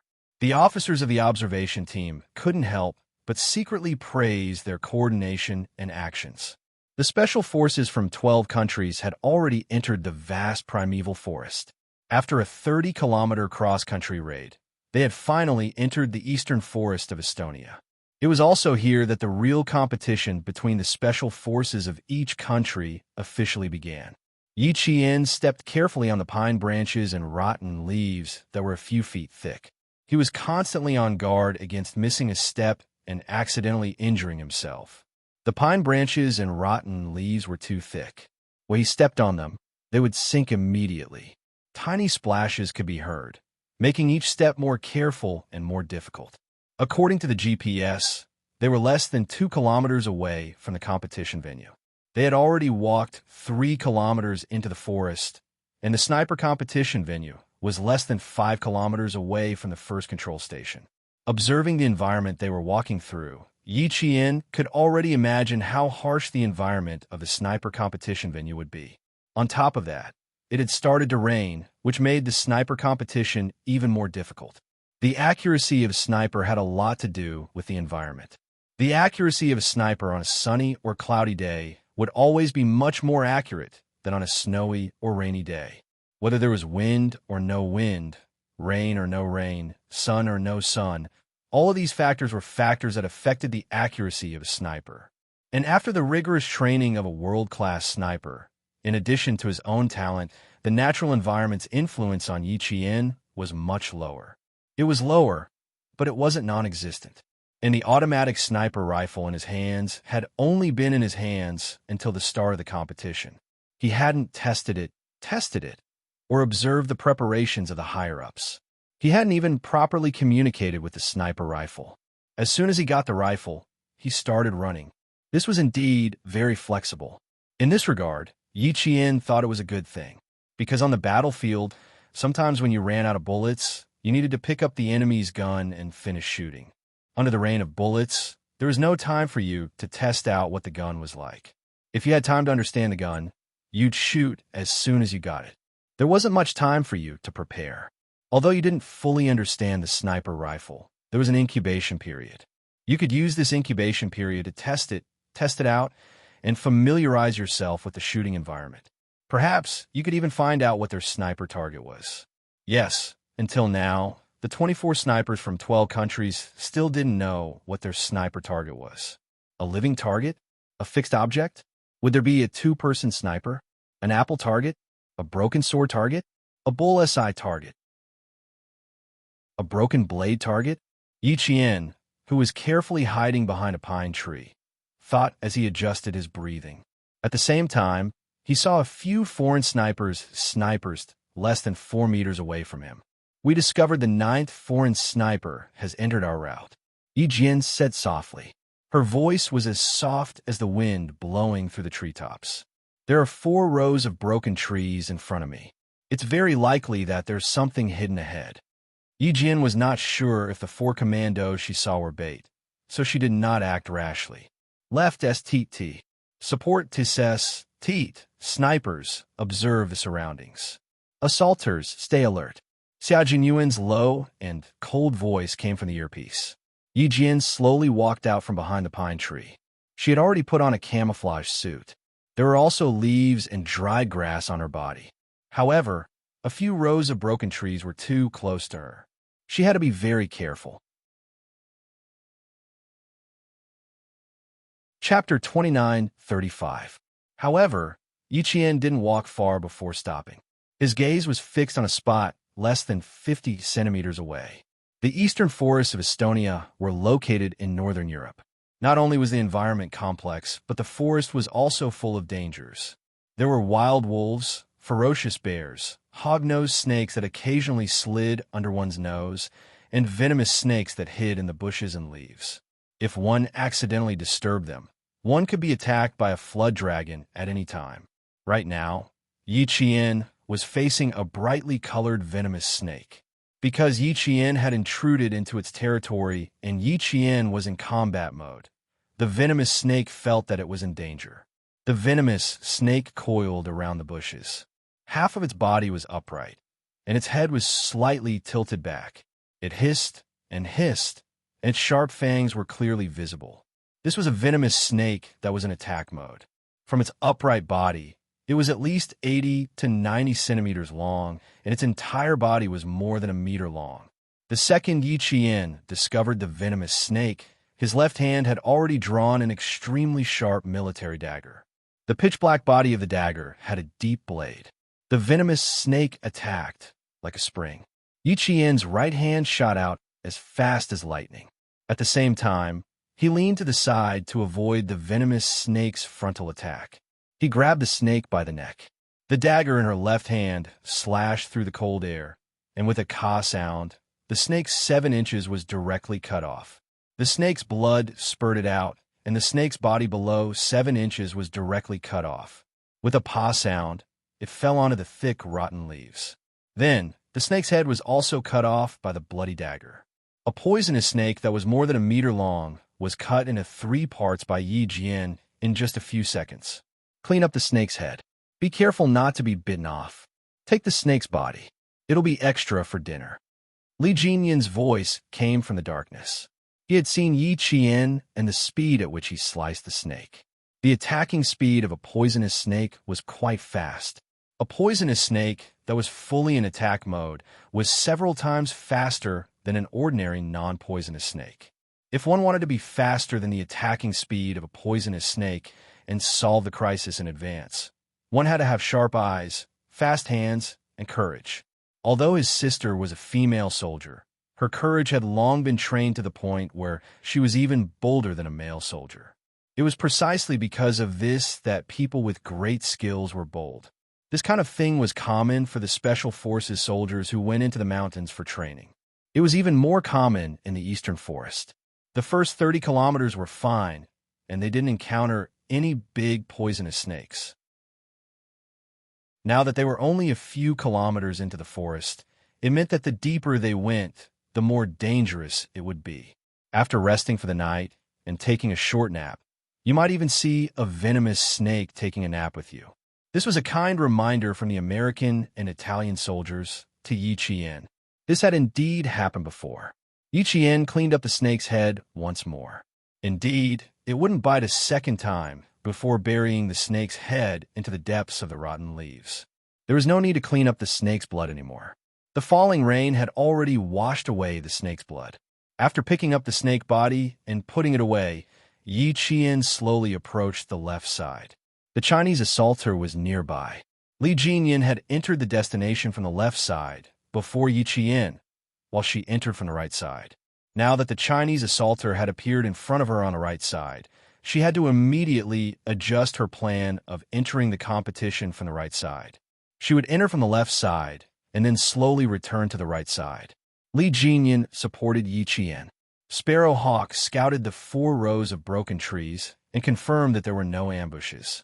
He then let Yi Qian speed up to meet up with Li Jinyan. Chapter 29:36. The fact that the other country's assaulter had made a move meant that the battle between the two sides had already begun. Xia Jinyuan had actually already brought along his assaulter and prepared to sneak over to the other country's camp. However, because Yi Qian noticed something, he stopped and waited quietly. After Yi Qian and Li Jinyan met up, Xia Jinyuan said softly, "Don't alarm them. You guys can just advance straight ahead." The two assaulters followed the 2 snipers closely. "You guys were too far away from each other just now." "Roger that. Roger that." The 2 assaulters responded. After Yi Qian passed by, the assaulter, young Sparrow Hawk, followed closely behind. Together with the T6 combatant and the 2 snipers, he provided cover for the snipers as they headed to the competition venue. After a short conversation, the 4 of them set off again. The 4 of them slowly crawled over the dead leaves that seemed like they would suck their legs in at any moment. They quietly crawled over in front of the few Special Forces soldiers from other countries who had entered the path of the Central Road. The 4 Chinese team members were all covered in camouflage and almost blended in with the surrounding scenery. It was very difficult to detect them as they crawled forward bit by bit. Even though they were in an unfamiliar environment, they used the movements they had practiced in China over and over again to move forward. They relied on hand signals to communicate and crawled past the other country's Special Forces soldiers' field of vision.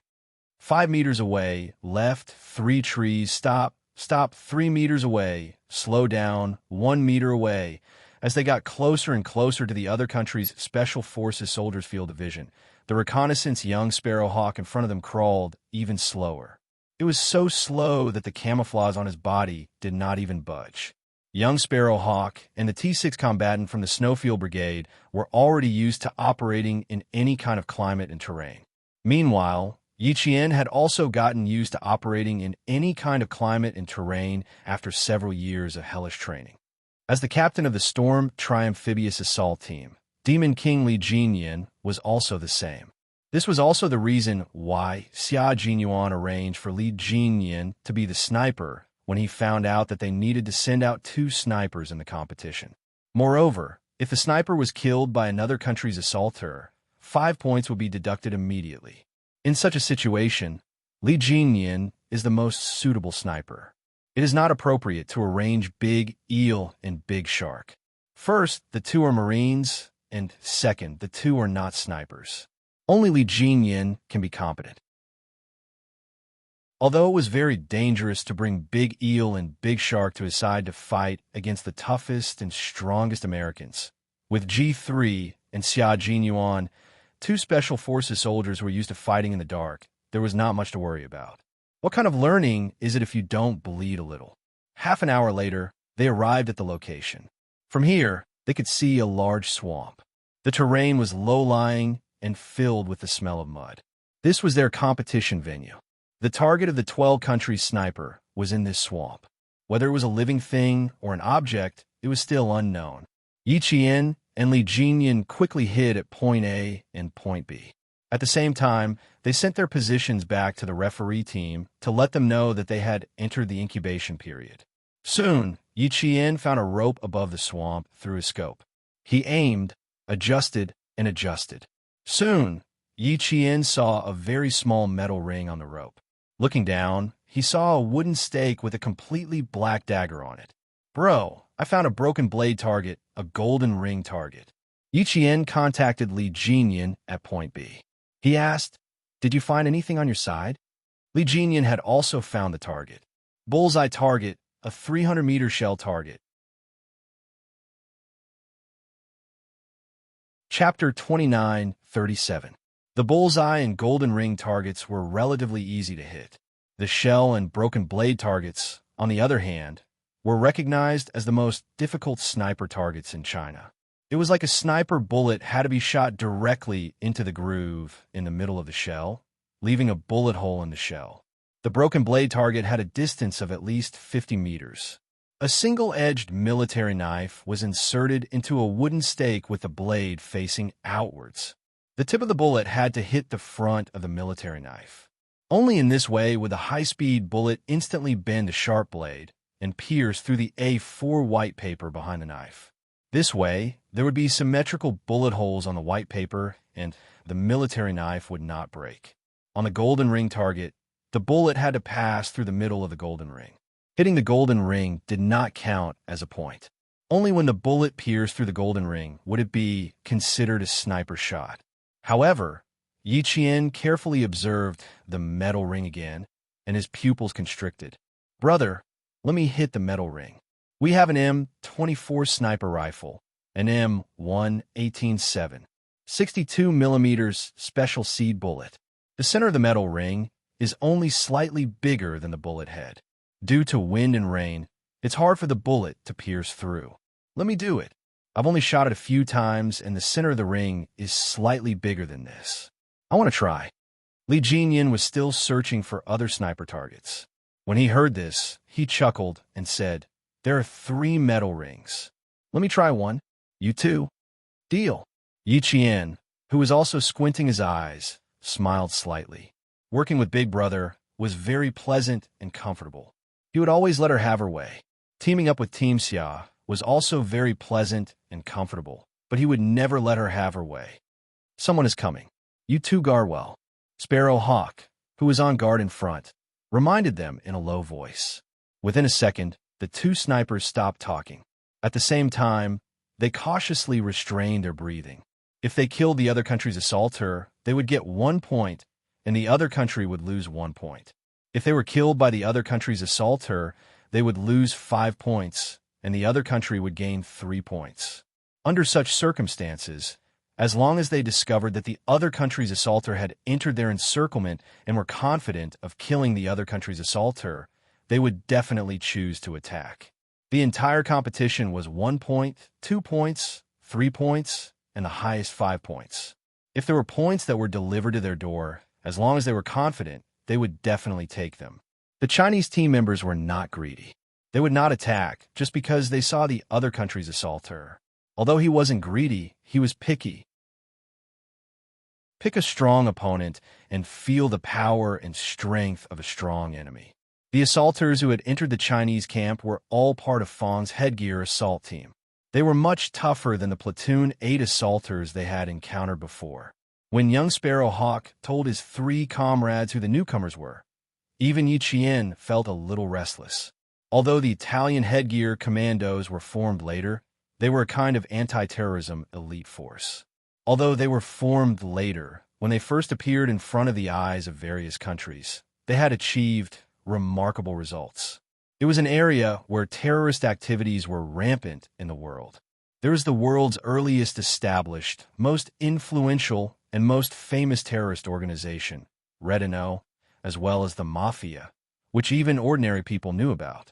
The head-cover anti-terrorist special forces were established in 7 or 8 years to specifically target these terrorist organizations. They swept the strongholds of various terrorist organizations and made outstanding military achievements. The Chinese team members had long known about this anti-terrorist organization's special forces, but they had never come into contact with them. Now that they were here, it was no wonder that Yi Qian's thoughts ran wild. But she couldn't. If she showed up, she would become the main target of the headgear commandos. Chapter 29:38. The commandos sent out by the headgear troops did not know which country's territory they were in. Their goal was to see if they could get 3 points back. That was the minimum requirement. Taking out a sniper was worth 3 points, and then seeing if they could take out 2 other commandos was worth 2 points. That was a total of 5 points. The 3 commandos carried their rifles and took 1 step, 2 steps, 3 steps. Every step they took was extremely careful and light as they passed through the humid pine forest. Advance, alternate cover. They made hand signals and entered the Chinese position bit by bit through silent communication. They entered the line of sight of young Sparrow Hawk and the T6 combatants. An eagle circled the sky in the rain and pierced through the rain. With an imposing aura, it instantly turned into a black dot and disappeared into the horizon. The rain continued to drip down. A black feather that had been soaked by the rain drifted down along with the rise and fall of the wind. It then drifted through the pine forest and quietly landed on the ground. A pair of military boots stepped on the ground, and the feathers that fell to the ground sank deep into the thick pine needles and leaves. Then, Sparrowhawk heard one of the Italian commandos suddenly cursing in their native language. Although Sparrowhawk and Sparrowhawk could understand Italian, Sparrowhawk could only hear one sentence of cursing. However, Sparrowhawk didn't know what he was cursing about. He must have encountered some difficulty. As he cursed in a low voice, he immediately signaled for his 2 comrades behind him to stop. He needed to treat the wound on the back of his hand that had been cut by the poisonous thorns on the thorns. In the eastern forest, where the environment was very complicated, there were many thorns with poisonous thorns growing on top of the trees. Once these poisonous thorns scratched the skin, the pain was similar to being stung by a wasp. However, their toxicity was much stronger than that of a wasp. Once one was stung, it would immediately become red and swollen.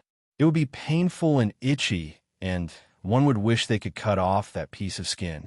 This Italian commando had been stung by these poisonous thorns, and it was only a small wound. As he was only paying attention to his surroundings, he did not notice that his gun-wielding hand had entered the thorns.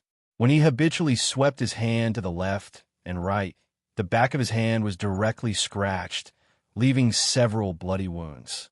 The sudden accident gave the Chinese commando an opportunity. There was no such thing as giving in on the battlefield, and there was no such thing as gentlemanly demeanor. If an accident happened, it meant that you did not protect yourself well and gave the enemy an opportunity. The Italian commando who was stung by the poisonous thorns was in so much pain that his forehead was covered in layers of cold sweat. When the rain hit his face, it washed his face until it turned pale. It was too painful. It was so painful that he lowered his head and bit the strap of his bag. Calm. He used a pair of tweezers to roll the alcohol cotton ball over the wound. Under the stimulation of the alcohol and the wound, the lips of the injured Italian commando turned pale. He looked like he would faint at any moment. There were a total of 3 people. One was injured, one was helping to treat it, and one was in charge of keeping watch.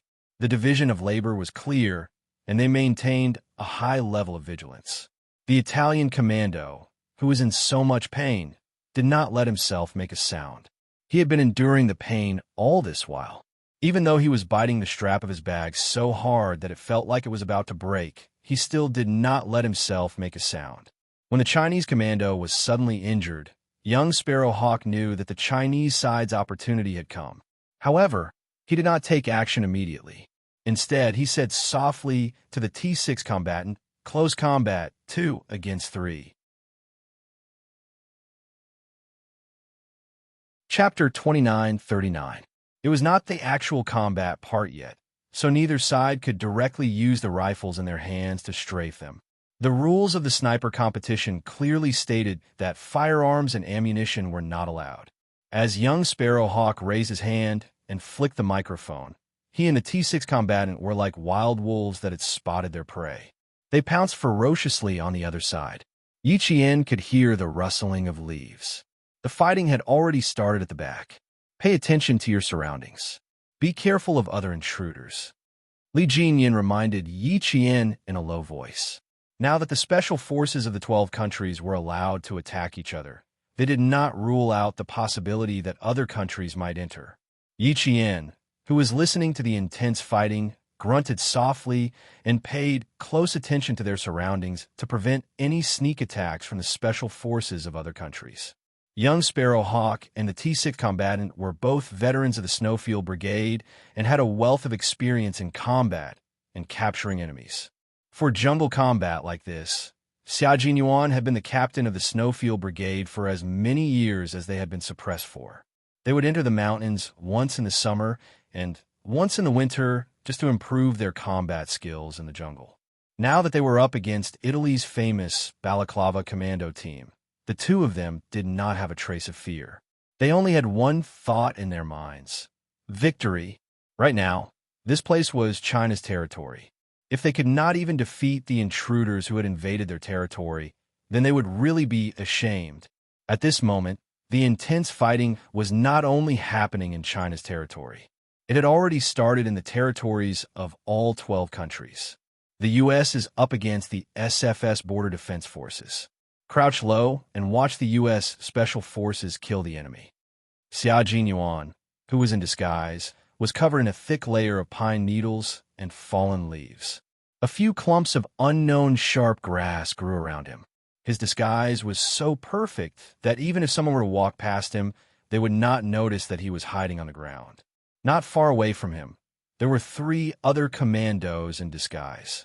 They were either hiding behind trees, next to rocks, or directly climbing up trees to hide in the dense foliage.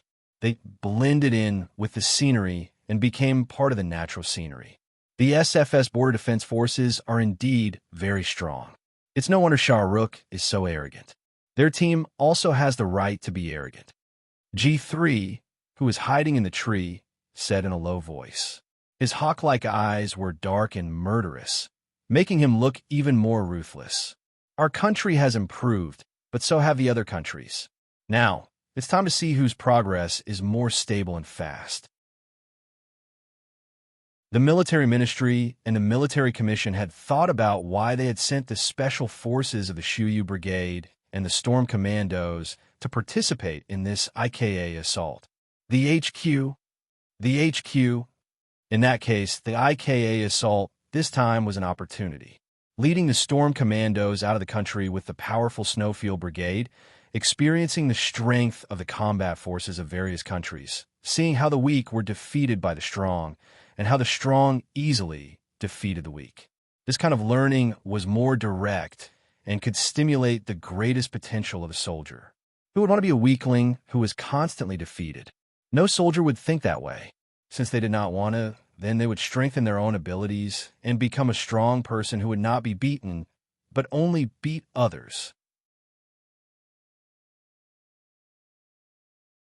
Chapter 2940. The Storm Commandos ventured out of the country to gain experience, while the Snowfield Brigade needed to see the progress of the other country.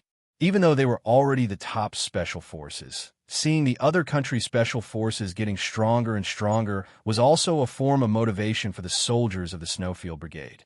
When the Snowfield Brigade saw the other country getting stronger and stronger with each passing year, they knew that they must not let their guard down.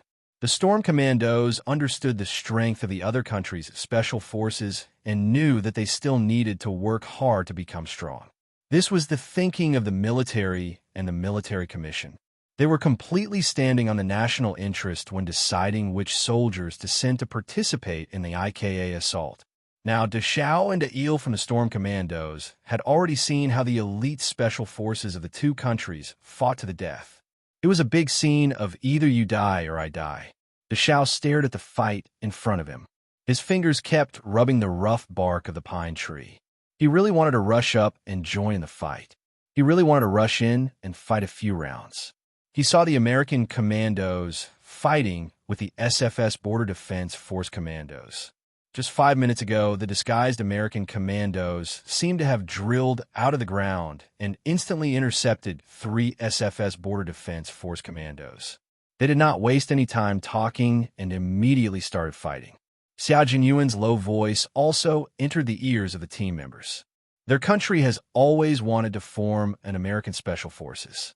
Since 2 years ago, they have secretly held an annual Balancing the Iroquois special exercise with the American Special Forces in the Himalayas region every year to learn the combat experience and tactics of the American Special Forces. Although the SFS Border Defense Force has not participated in the Balancing the Iroquois special exercise, but look at it now. Now we can already see the combat skills of the American Special Forces from the SFS Border Defense Force. It seems that the troops who participated in the Balancing the Iroquois special exercise have returned and taught the American Special Forces what they learned from the American Special Forces to the other special forces. The vice captain is not here yet. You two can watch carefully. Big Shark and Big Eel didn't have time to think about how Xia Jinyuan knew about the secret training held by these two countries. They only knew that White Elephant had increased the development of its special forces. In order to improve the technology of their special forces, they had established a strategic military cooperation with the United States. When they thought about it further, the expressions of the two water demons from the Storm Commandos turned cold. How could they not have the intention of suppressing our country? Learning isn't just about learning the strengths of the other party. Learning is about many different things. Now, even if you don't show up, just watching from the side is also a kind of learning. Thinking deeper and dissecting in detail is also a kind of strategic learning. After Xia Jinyuan finished speaking, he looked coldly at the American tactics used by the SFS border guards. His thin lips were pursed into a straight line. The fact that the U.S. had established cooperation with them was already a wake-up call for the Chinese. Now, from the SFS border guard American tactics, it was easy to see what the White Elephant was planning. The Chinese side needed to be even stronger, and even stronger. His words gave the other team members quite a shock. They all narrowed their eyes and stared ahead without blinking. Deep in their eyes, they were deep in thought. At this time, Shah Rukh heard the sounds of fighting behind him and couldn't help but feel uneasy. If it were the special forces of other countries, he wouldn't be too worried. However, it was the American Special Forces that suddenly declared war on them. Chapter 2941. There was still no news from the commandos he sent out, which meant that they had not found the sniper from the Chinese side. An hour had already passed, and if there was still no news, the commandos' reconnaissance mission was about to come to an end. Lieutenant Colonel Shaluk, whose mood had been severely affected by the two shooting matches in the morning, was a little impetuous. He knew that he was not in a good state right now, and that his mood swings were very detrimental to the upcoming matches. However, as long as he thought of the humiliation he received from the Chinese side, he could not adjust himself no matter how hard he tried. How could the invincible SFS Border Defense Force accept being defeated by the Chinese side that they looked down on? They had to beat the Chinese side so that they could no longer be arrogant. Time ticked by, and the sounds of fighting became more and more intense. Lieutenant Colonel Shaluk was both happy and surprised. He was happy because they had been fighting the powerful American Special Forces for a long time and had not been defeated. It was clear that the SFS Border Defense Force's combat ability had improved. He was surprised because he had not killed the American Special Forces, and there was no clear winner. If other countries' commandos quietly sneaked in, he and the other sniper would very likely be discovered. As Shaluk was thinking, Xia Jinyuan gave a new order. Find the SFS Border Defense Force's sniper and secretly take care of him. Retreat when you succeed. There was not much left to see. The SFS Border Defense Force's combat ability had begun to decline. The American commandos had begun their final attack. It would not be long before the SFS Border Defense Force was defeated by the American soldiers. The elite troops were indeed worthy of their reputation. There's a swamp up ahead. It seems that the swamp is the sniping competition venue.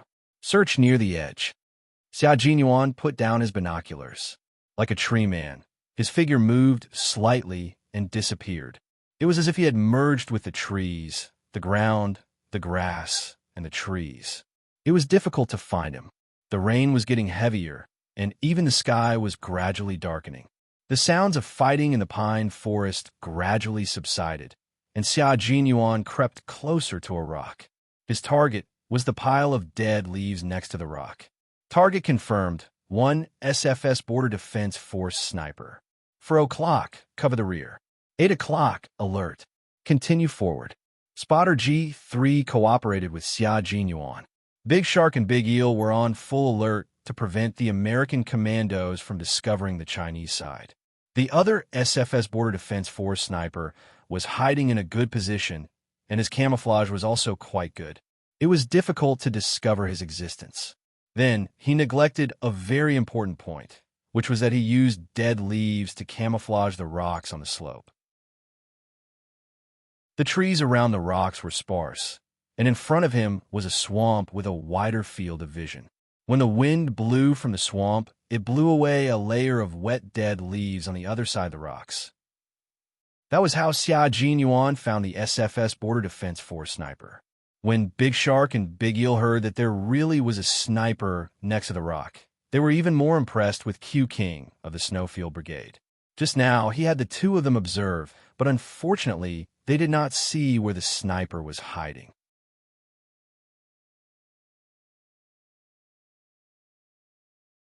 Chapter 2942.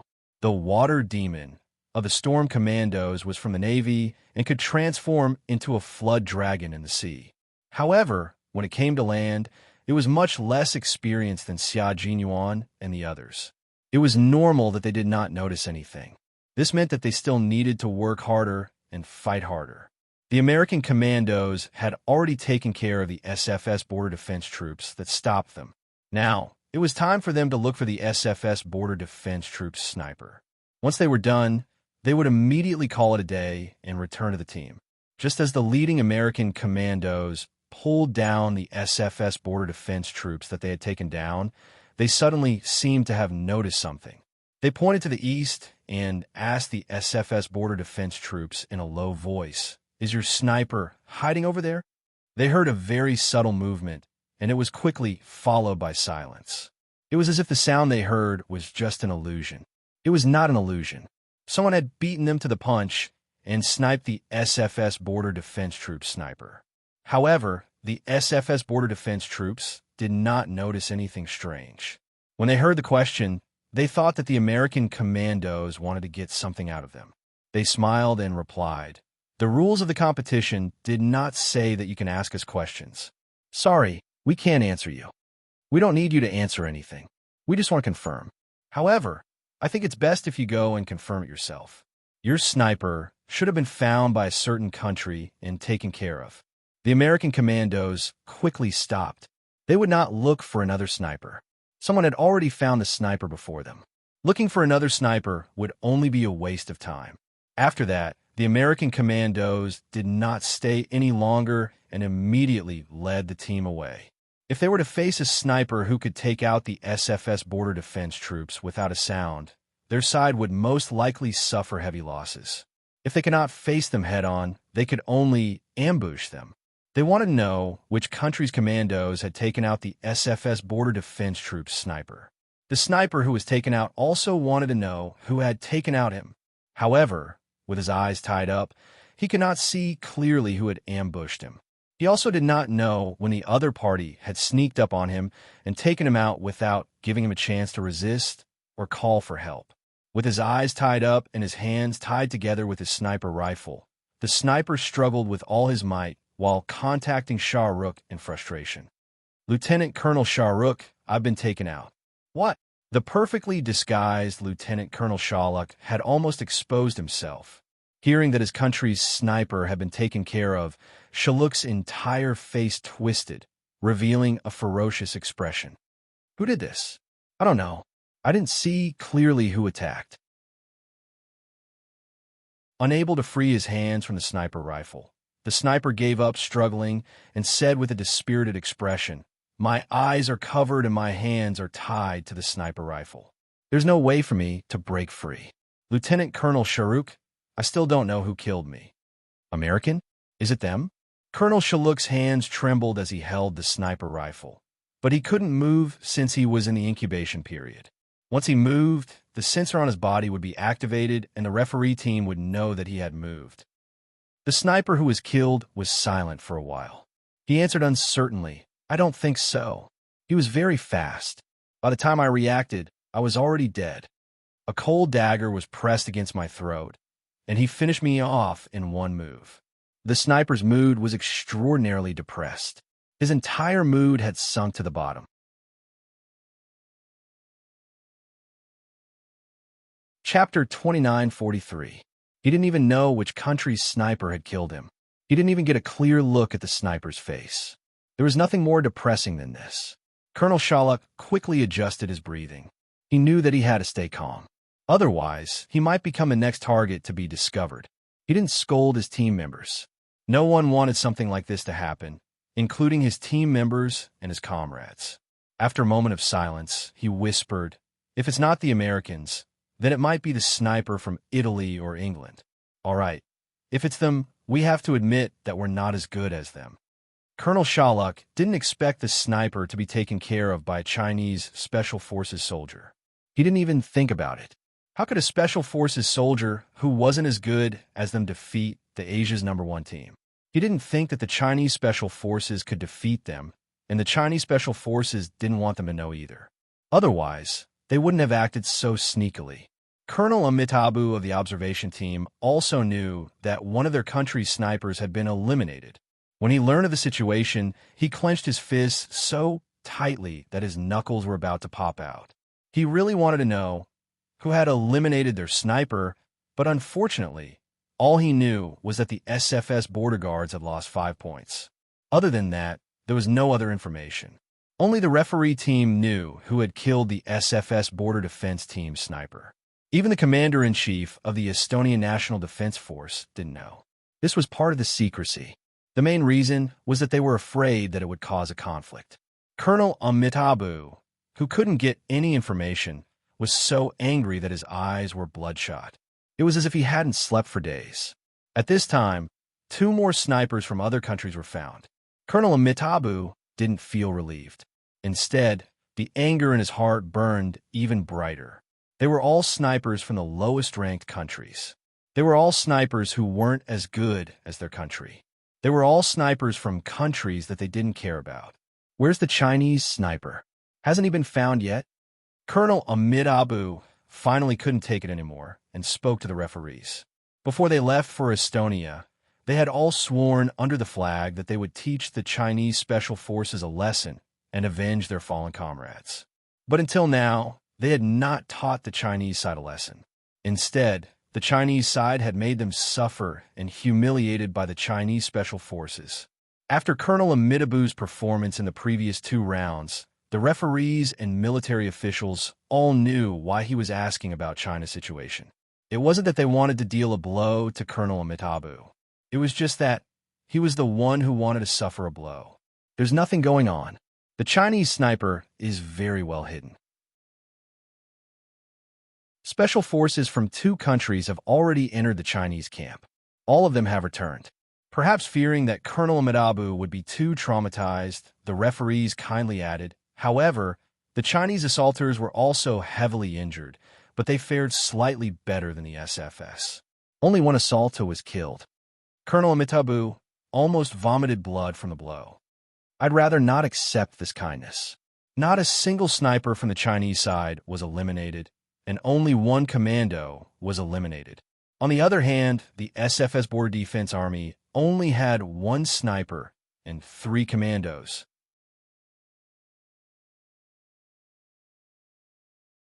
Chapter 2944.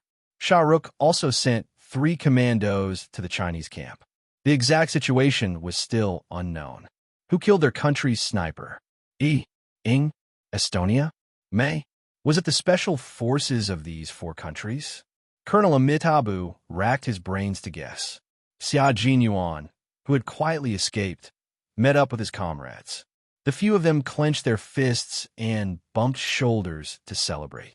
Looking down on the Chinese soldiers, thinking that the Chinese soldiers were lazy, not strong enough, then open your eyes wide and see what the strength of the Chinese soldiers is. We'll kill you so that you won't know who killed you. G3 was the last to punch Xia Jinyuan in celebration. Then, he said, "The American soldiers haven't left yet. They probably want to catch us, but they're catching us in the wrong direction. It's the opposite direction of our return route. Do you want to meet them? Learn a few moves? We've been away for too long. Let's retreat first. There will be opportunities later." Xia Jinyuan shook his head. It had been more than an hour since they left. Since they had already killed an SFS sniper, the mission was completed and they could retreat. "That works too," G3 agreed. Big Shark and Big Eel nodded. They had already seen the strength of the American soldiers. They could feel the killing intent from so far away. It was enough to let them know how strong the American triamphibious special forces were. Thus, the four of them immediately returned to the Chinese territory. At this time, the sky was completely dark. Xia Jinyuan looked up at the pitch-black sky that was still raining. His gaze was sharp and cold. Sniping at night, the difficulty level increases. G3 guessed what Xia Jinyuan was thinking when he looked up at the sky. He also looked up at the sky. Back then, when Pakistan was on a mission, you told us that her sniping skills didn't differentiate between day and night. Tonight, we can finally see it for ourselves. Some rain fell into his eyes. Xia Jinyuan lowered his head and blinked, squeezing the water out of his eyes. He looked at his comrade with slightly red eyes and laughed. You've seen it during training. Do you want to broaden your horizons again tonight? Training is completely different from competitions. Moreover, we are now participating in the thrilling and tragic beyond imagination IKA assault, which is still very different from training. Therefore, I still want to see what kind of wonderful performance this female soldier, whose psychological quality is much better than the male soldiers, will have. G3 said excitedly. Big Shark and Big Eel agreed. They also wanted to see it. In the past, when Yi Qian was training with the water ghouls, that guy didn't look like a female soldier at all. If it weren't for his hairstyle and body shape, he would definitely be a male soldier. She was too cruel to herself. Sometimes, even the male soldiers were afraid when they saw her. She was such a hard-working female soldier. Every time they cooperated with her, she would also encourage them to improve. When Xia Jinyuan saw that his comrades all recognized Yi Qian's strength, a faint smile appeared in his sharp eyes. Qing Yao, your efforts have been rewarded. Your hard work has finally become your glory. All of this was worth it. It was really worth it. Before the four of them walked out of the SFS Border Defense Forces territory, a signal flare suddenly streaked across the rainy night sky with a whoosh. The expressions of the contestants from the 12 countries all changed when they saw the signal flare. For a moment, curses in various languages could be heard everywhere. The quiet forest suddenly became lively. This was to tell them that they were about to be surrounded.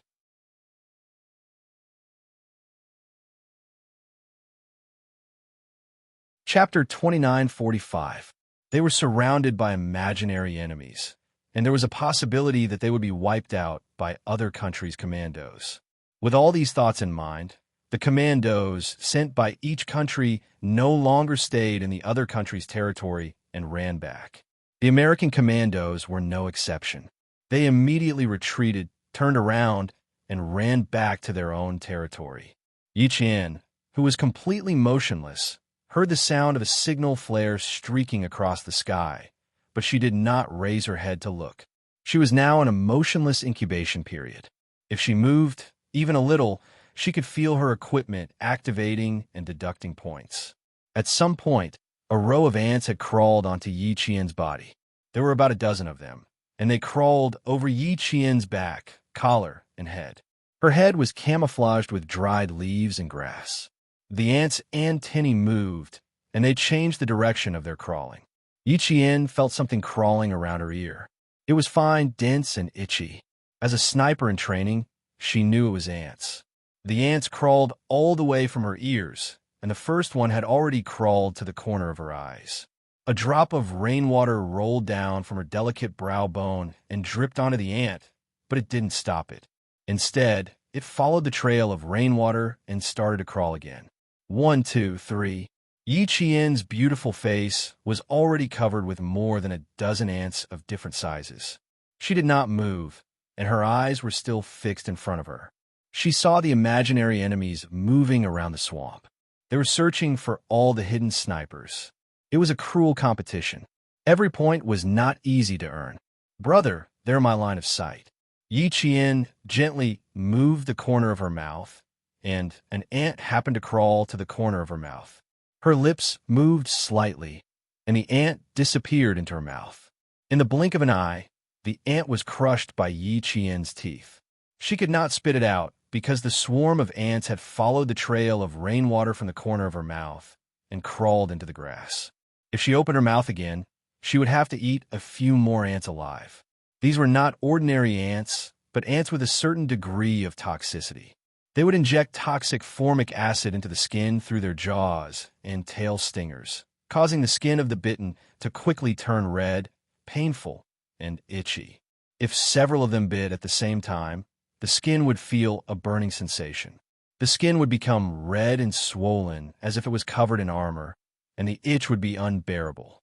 Yi Qian crushed the ant that entered his mouth in time to avoid being stabbed by the ant's large jaw and tail.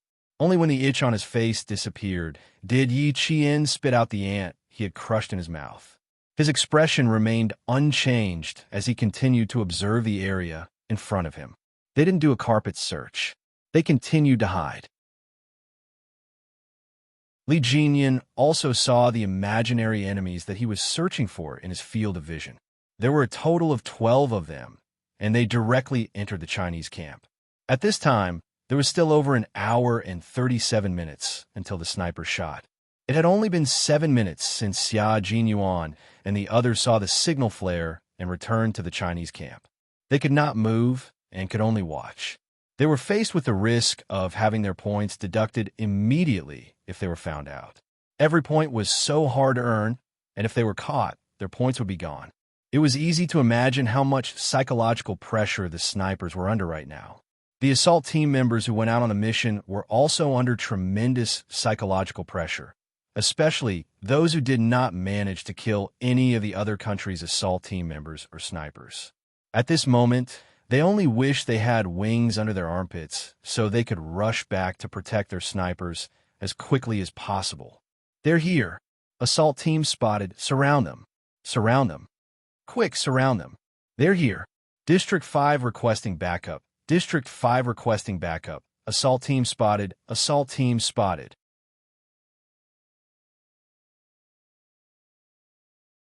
Chapter 2946. The 12 countries were divided into 12 zones to attack and capture their imaginary enemies. The soldiers sent out by Estonia were going to surround and capture the assaulters who appeared in Zone 5. When the participants from some unknown country saw this, they really started running away.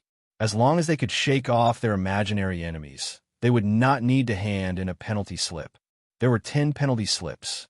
Handing in one was equivalent to losing a life. The closest zones to Zone 5 were Zone 4 and Zone 6, while Zone 6 was the Chinese side's territory. Yi Qian and the others heard the voice clearly. The T6 combatant who was eliminated by the Estonians arched his back.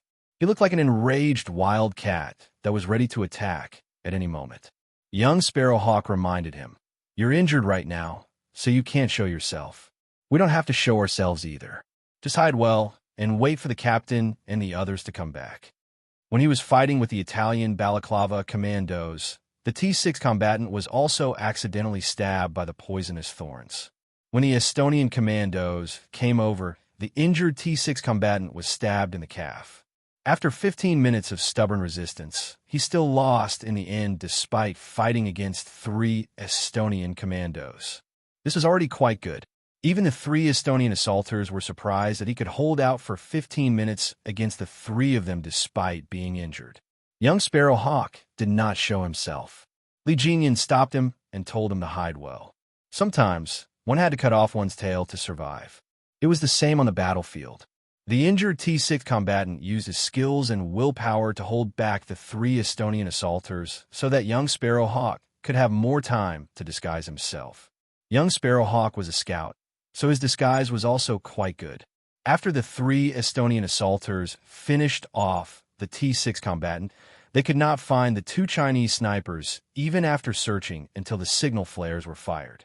They did not encounter any Chinese assaulters either, so they could only leave regretfully. Their luck wasn't too good. Zone 5 was where their camp was. Before they could return, they heard the imaginary enemy rushing into Zone 5 and surrounding the other country's assaulters who had appeared in Zone 5. They did not know if it was the other country's assaulters or if it was one of their own. Xia Jinyuan and the others entered Zone 9, which was still 2 zones away from Zone 6. When they entered the border between Zone 8 and Zone 7, several strong beams of light shot straight at them from the border. Damn it!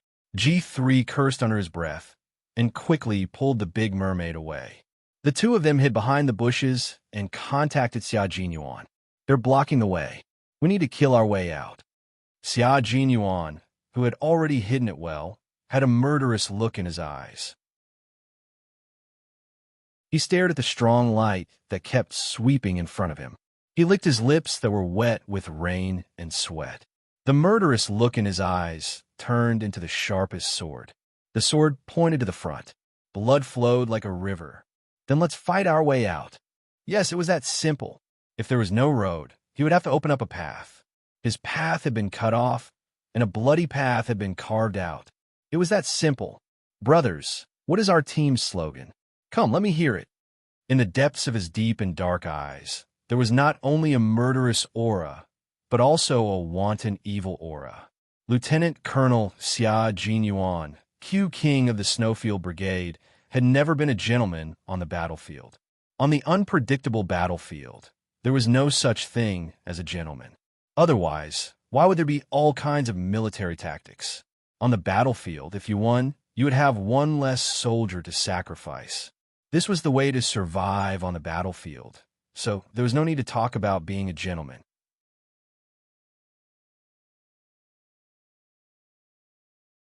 Chapter 29:47.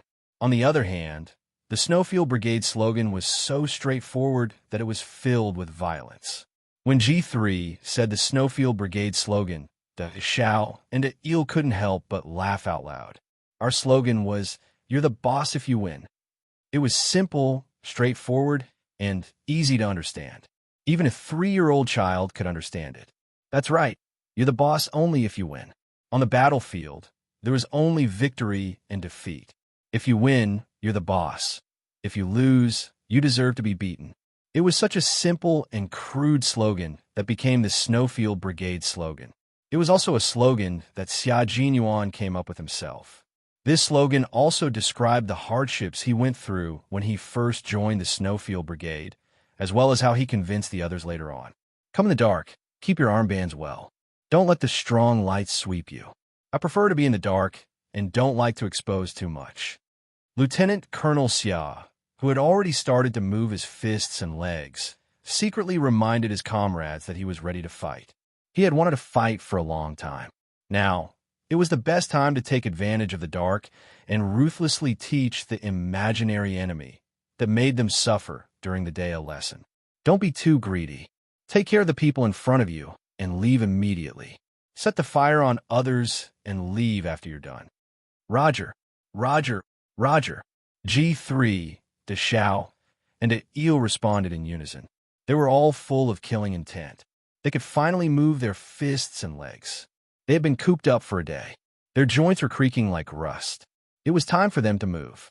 Following Xia Jinyuan's order, the Chinese special forces, who hadn't rested for a day, appeared in the pine forest like ghosts.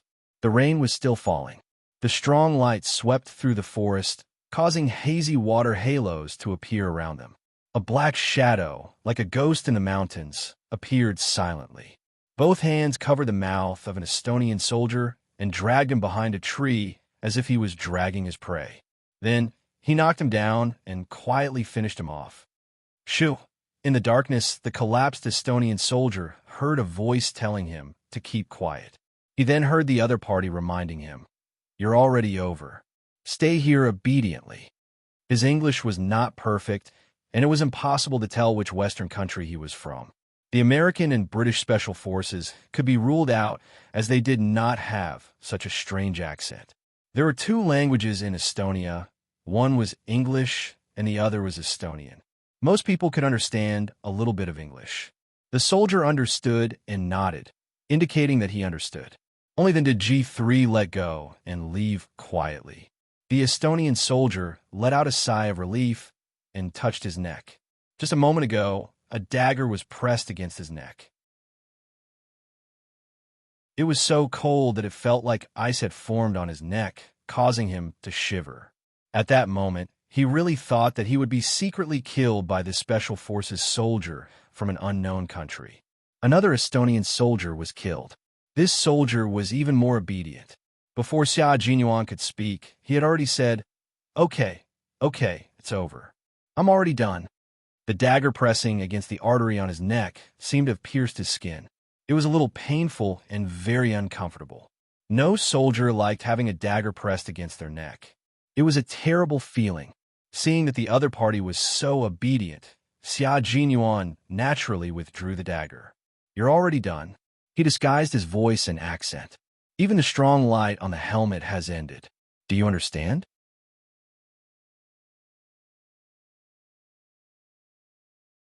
Chapter 2948.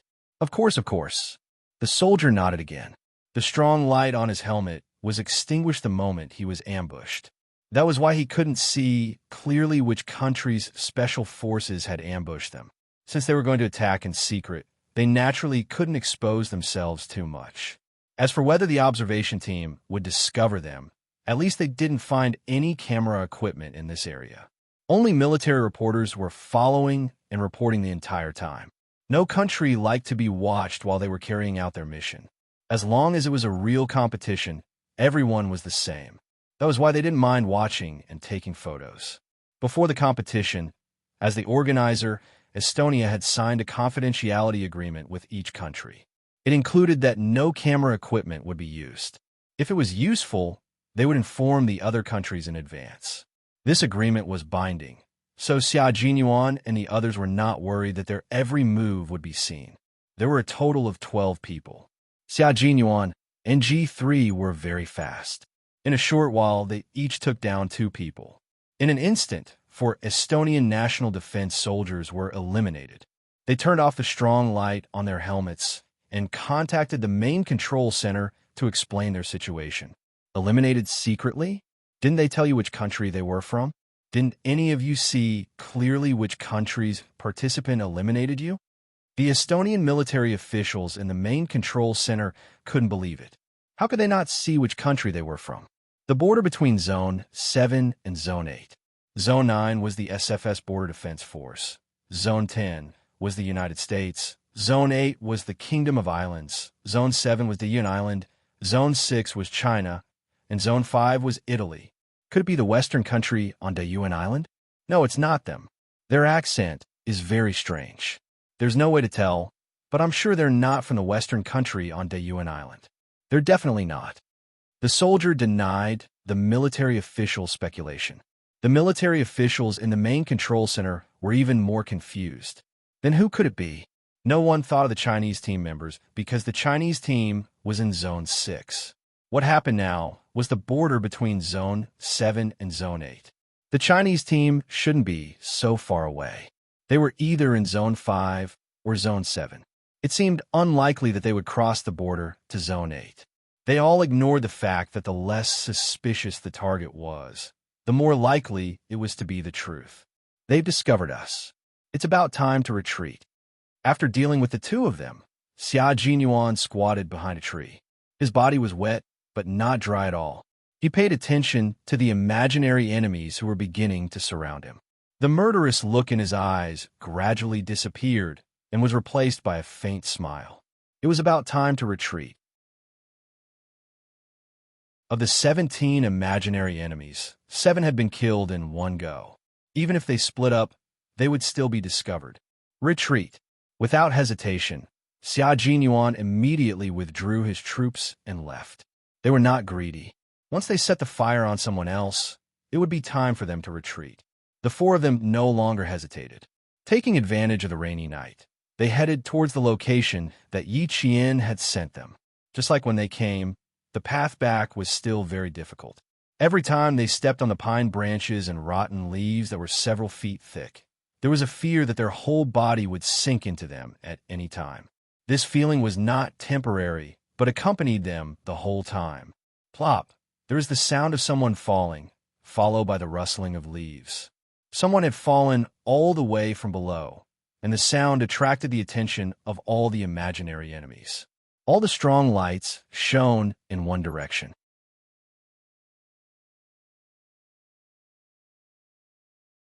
Chapter 2949. Then, all the imaginary enemies chased after the source of the commotion. Xia Jinyuan looked down and knew that it wasn't one of his team members. He immediately said, "Turn on the low light and take this opportunity to run." He didn't know which unlucky bastard was trying to sneak around in the dark and ended up falling, but it made things easier for the Chinese team. He turned on his portable flashlight and adjusted the brightness to the lowest setting. He could only see the area beneath his feet and immediately started running. In the dim light, they could see that the forest was littered with rotten logs covered in moss. The largest one would require 2 adult men to carry. These rotten logs were all lying in a disorderly manner. Sometimes, even though they were standing firm, they would slip and fall when they tried to get off them. Big Eel was hit again when he was running. His already injured chin was injured again, and the wound that had finally scabbed over reopened and started bleeding again. It's just a minor injury. Don't need to treat it. Let's get out of here first. Big Eel didn't stop to treat his wound. He even joked, "How can it be called killing your way out if you don't bleed a little?" He was in a good mood and could even joke around. The commotion caused by running was also very loud. The hidden commandos from the Yuan Island in District 7 were all alerted, but they thought that it was the imaginary enemies that had surrounded them. They avoided the commotion and didn't make a move. This was the time to conserve their strength. They still had to march at night. The originally light rain turned into heavy rain in the blink of an eye. Estonia was a country with a large difference in temperature between day and night. The temperature in the eastern forest was a few degrees lower than outside. The rain was only a few degrees, and it was enough to make people shiver from the cold. Every time the combat boots stepped on the ground, a jet of water would spray out, and the sound of water pressure would also be heard. The Chinese team members, whose stamina had begun to decline, gritted their teeth and used their willpower to support themselves as they rushed to the Chinese team. The Chinese team in District 6 was unprecedentedly tense. Yi Qian saw 2 imaginary enemies walking towards her, and the muzzle of her sniper rifle was pointed at them. As long as she pulled the trigger, they would be killed. The sniper rifle was loaded with real bullets. If she really fired, the 2 imaginary enemies would definitely die. Therefore, she couldn't shoot. She could only watch as they got closer and closer to her. There were still 37 minutes left before the sniping match started. She had already been in hiding for 2 hours and 27 minutes. She just needed to hold on for another 37 minutes. Yi Qian, who kept her breathing steady, didn't panic when the 2 imaginary enemies approached. She was Yi Qian, a sniper who was taught by a first-grade sergeant major and a world-class sniper. If she didn't even have this bit of mental strength and composure, she would disappoint too many people. They were getting closer and closer. Yao Zi, who had been hiding in the tree, clenched his fists. Meanwhile, the T6 combatant whose leg had been injured by the stinger was guarding Li Jinyan. As such, he and Li Jinyan could not see the danger Yi Qian was in. "Don't move, don't move. There are still 2 meters left," Sparrowhawk reminded him very softly, afraid that Yi Qian would misunderstand. Yi Qian did not answer. With a distance of 2 meters, no matter how soft her voice was, it was hard to guarantee that the imaginary enemy would hear her. However, Li Jinyan and the T6 combatant also knew about it. Now that they knew, they were naturally worried about Yi Qian. There's no need to remind her. Just protect yourself. Li Jinyan's extremely calm and cool voice drifted into her ears. Since she had chosen to hide, she had to take care of herself first. There was no need to remind her of anything else.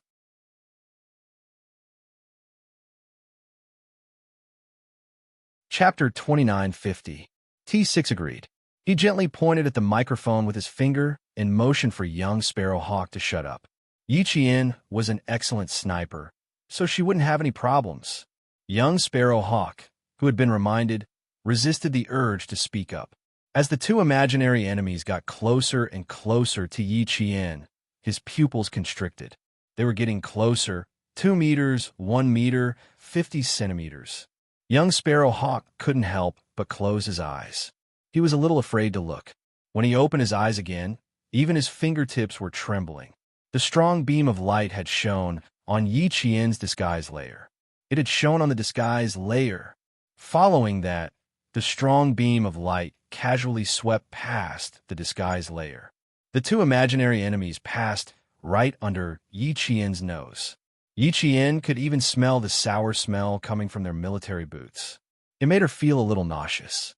At this moment, Yi Qian's chest tightened a little, but she still managed to keep her cool. As long as the other party did not make a move, she would definitely not make the first move. If the enemy did not move, she would not move. If the enemy moved, she would naturally move. A 5-point deduction for moving in place was better than a 3-point deduction for moving in place. Thud! The military boots stepped on the inch-thick layer of rotten leaves. As the boots sank, they stepped on a withered leaf buried under the rotten leaves, making a muffled, cracking sound. It was as though they had stepped on Yi Qian's heartstrings, causing the taut strings in her heart to tighten until they were only a little elastic. She still did not move. She remained hidden and maintained her petrified stillness. She was using her strongest mental fortitude to win this psychological battle. Faced with such a situation, Yi Qian knew very well that she had to win against herself first. Only by overcoming her fear could she better face the danger before her. Farther and farther away, until she could no longer hear the sound of the boots of the two imaginary enemies stepping on the withered leaves. Yi Qian knew she had won. She had won. Her palms were covered in sweat, and even her back was breaking out in cold sweat. It was still breaking out even now. It was really dangerous just now. It was so dangerous that the string in her heart nearly snapped. But she had won. This was a victory. Yi Qian finally revealed a relaxed smile and told her worried comrade, "I'm fine. I just smelled something sour." It was very quiet in the earpiece. It was so quiet that it was as though everyone had fallen asleep. That last sentence, of course. Li Jinyan's thin lips curved slightly as he spoke softly. His sister, she was so strong.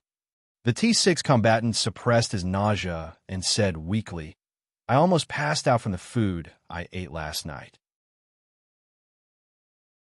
On account of how I fought bravely when I was injured, please say a few fresh and beautiful words that are filled with the fragrance of flowers and the language of birds." Yi Jin couldn't help but laugh.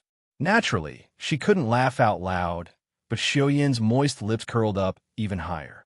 Young Sparrow Hawk, who had been watching the entire time, did not speak for a long time. He realized that he had clenched his fists so tightly that he could not straighten them. When the two imaginary enemies' boots stepped on Yi Qian's shoulders, young Sparrow Hawk's mental state had reached its peak. He was so close to jumping down from the tree to attract the attention of the imaginary enemies who had entered the Chinese camp to search for them. He was just a little bit away from it. Thank goodness he had held it in. Thank goodness he had not jumped down. Thank goodness Yi Qian had won. Only after he had let out the breath in his heart did Sparrow Hawk open his mouth. "I was so scared that I broke out in layers of cold sweat. It's such a cold day. I can't even tell if I'm cold or hot."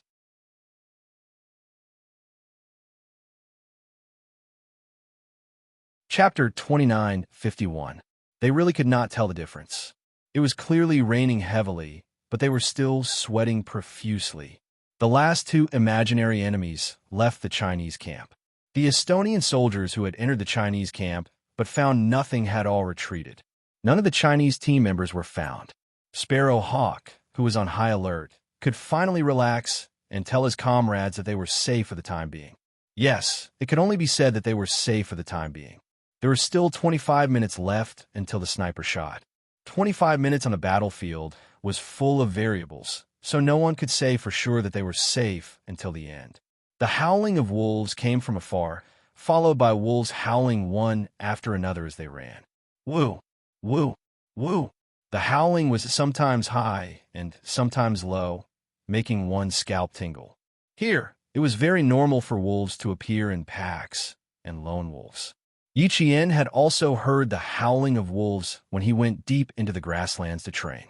When he first heard it, he was very scared. Later on, he even fought wolves, so there was nothing to be afraid of. The wolves have already appeared. Brothers, do you think we'll still have to cross the swamp tonight? The T6 combatant asked softly. Yi Qian smiled and said, "We're in the primeval forest in the southeast, and the competition area covers an area of more than 2,600 square kilometers. The primeval forest covers 90% of the area, and swamps account for 50% of it. That means that starting from this swamp in front of us, we'll have to cross the swamp at any time for the rest of our days. The American soldiers told me that this year's competition venue is a brand new one. Even they haven't been here before, so they told us to be careful of the quicksand swamps. Once we step into a quicksand swamp, comrades, it's very likely that we'll never be able to fight side by side again after we fall in. They also reminded me that there are a lot of nameless poisonous plants growing in the swamp. Once my skin comes into contact with them, it'll turn red and swell like an allergic reaction, accompanied by a needle-like pain. In the past, every participant from every country has been affected by this before, without exception. So, let's also be prepared. I don't know if the cooling ointment we prepared will be effective, but I hope it'll work. Cooling ointment was a domestic product that almost every household had. After the T6 combatant heard that, he said softly, "American soldier, why did I tell you everything? Why didn't I know about it?" "Because I'm a female soldier, so I was given special treatment." Yi Qian's eyes were smiling. "It's not too late for you to find out now. I've already been hit." The T6 combatant felt a little sorry for himself. Compared to a direct cut on the back of your hand by the poisonous stinger, you only stabbed it a little deeper. It's already considered a minor injury. As he spoke, he suddenly whispered, "I saw a faint light flickering. I think it's one of our own who's coming back." One of their own had returned. This was an exciting piece of news. When Xia Jinyuan spoke in a low and steady voice, the Chinese team members, including Li Jinyan, felt their shoulders relax. Once they were within range of the radio waves, Xia Jinyuan was able to talk to his teammates while walking. When young Sparrowhawk mentioned how Yi Qian had gotten close to the two imaginary enemies, his words were full of admiration for Yi Qian. Xia Jinyuan felt his heart heating up. Young Sparrowhawk was a Chinese code name and was in charge of Lord Shuiyu's ambushes and undercover operations. Now that he was full of admiration for Yi Qian, it would be very convenient for Yi Qian to take over the Chinese code name of the Snowfield Brigade in the future. Compared to him parachuting into the Snowfield Brigade, the problems he would face would definitely be much easier.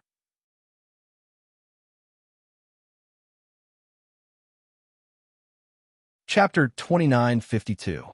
At this moment, the plan that Xia Jinyuan had been secretly plotting for Yi Qian finally took a substantial leap forward. At such a close distance, the imaginary enemy did not even notice Yi Qian's presence. If it were any other comrade, even if they were also snipers, they would applaud Yi Qian's camouflage. It should be known that snipers were completely different from other military units. A sniper was a one-man army that could be outnumbered and outgunned at any time. A sniper's existence was equivalent to the goal of sniping the enemy's most important target to achieve the desired outcome. For this reason, a sniper's camouflage could be said to be the most important factor in whether or not a sniper could successfully complete their mission. A sniper who was not good at camouflage would either not enter the battlefield, or there would only be one outcome: death by the enemy's sniper. Camouflage was a process of competing with the enemy's brain and eyes. If your camouflage was perfect, you would be able to fool the enemy's eyes and brain and achieve the camouflage effect. Yi Qian's camouflage was so good that even when the imaginary enemy was standing right in front of her, even when the strong light from the flashlight in her hand shone on her camouflage layer, they still did not notice her presence. One could only imagine how good her camouflage was. As a scout, young Sparrowhawk also needed to camouflage at all times. But today, after seeing Yi Qian's camouflage, he knew that he was not as good as Yi Qian. After he finished speaking, he said somewhat excitedly, "Captain, when we get back, can I ask Yi Qian for advice?" "Let's talk about it when we get back," Xia Jinyuan answered for Yi Qian. The corners of his mouth turned up slightly, and deep in his sharp black eyes, there was a faint gentleness. This gentleness naturally belonged to Yi Qian. Yi Qian smiled and said, "I wouldn't dare ask for advice, but we can discuss it together. Theoretical knowledge and practical knowledge can be exchanged." "You can be our instructor, really," young Sparrowhawk said sincerely. Yi Qian was quite modest.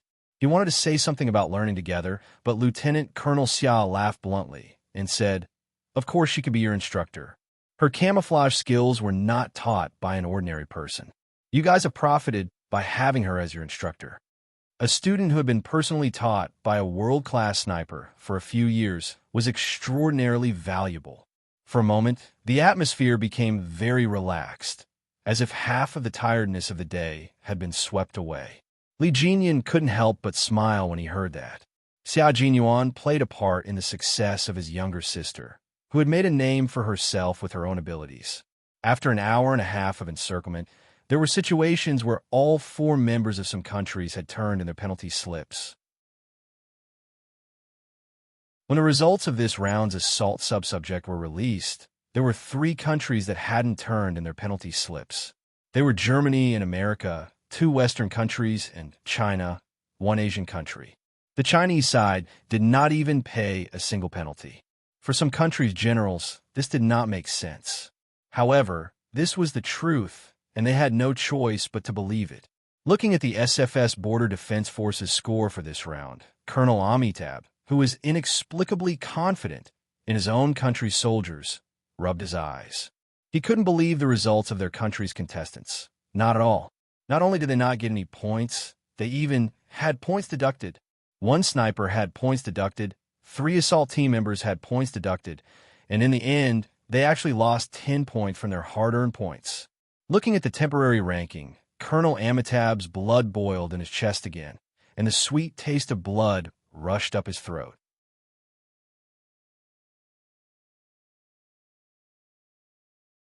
Chapter 29:53. Ranking. Ranking dropped to 7th. How could this be? Their country's soldiers weren't weak at all. There wasn't a single country in Asia that could be their opponent. Their real opponent had always been the largest country in the West. The SFS Border Defense Force was the country's elite special forces. How could they be ranked 7th? There was a problem. There must be a problem. He wanted a request for a new referee. Referees. Just as he opened his mouth, before he could finish his sentence, the generals of several countries around him laughed. "Colonel Amitabh, we were just guessing that you would definitely request for a new referee after seeing the scores and rankings." "Sure enough, you're at it again. Colonel Amitabh, what kind of results do you want your country's contestants to achieve before you think that everything is normal and that there's no need for a new referee? Can you tell us about it?"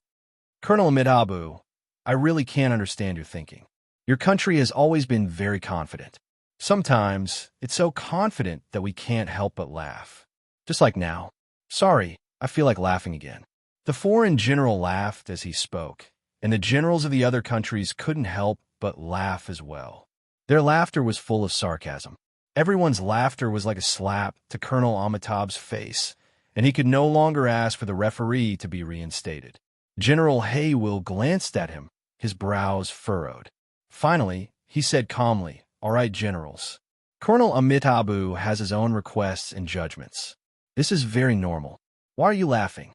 I don't think it's funny at all. Every one of us has the right to make our own requests. We also have the right to ask for a new referee. This is very normal and in accordance with the rules of the competition. Therefore, I don't think it's funny at all. You should respect Colonel Amitabh. You should also see Colonel Amitabh's courage to not admit defeat." "I'm sorry, General Haywill. I don't agree with your words. Colonel Amitabh does have his rights. However, he only thinks that his country's score is different from his own. He thinks that his country's contestants should get a lot of points, while the contestants from other countries only deserve a pitiful amount of points." "General Haywill, you said that we need to respect Colonel Amitabh. May I ask, did he respect us?" "No, he never did. We don't get any respect from him. So why should we respect someone who was rude from the start?" The person who rebutted General Haywill was a high-ranking general from Italy, a general. General Kallisler of the Fighting Nation also smiled and said, "Actually, I also want to know what Senior Colonel Amitabh thinks his country's contestants are ranked and how many points they scored to be correct. The referees didn't make any mistakes in their work." Now that a heavyweight general had spoken, the mocking smiles on the faces of the foreign generals who had spoken first became deeper. Look, so many generals look down on Colonel Amitabh. Colonel Amitaboo's face was as ugly as a dirty tablecloth. His eyes were cold and dark. These countries were just jealous. They were jealous of their country's strength. So they really wanted to see the SFS Border Defense Force warriors who represented their country's honor lose the competition.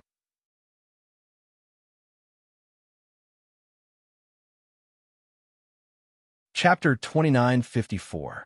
Too shameful. These people's actions were so shameful that even the commoners looked down on them. The SFS Border Defense Force was a powerful combat force that had learned from the American Special Forces. They would not lose. They definitely would not lose. Colonel Amitaboo's face darkened as he looked at General Callisler, who was mocking his country, and said coldly, "I didn't say that the referees made mistakes in their work. I was just exercising my authority. General Callisler, please don't misunderstand, and please respect me." "Thank you."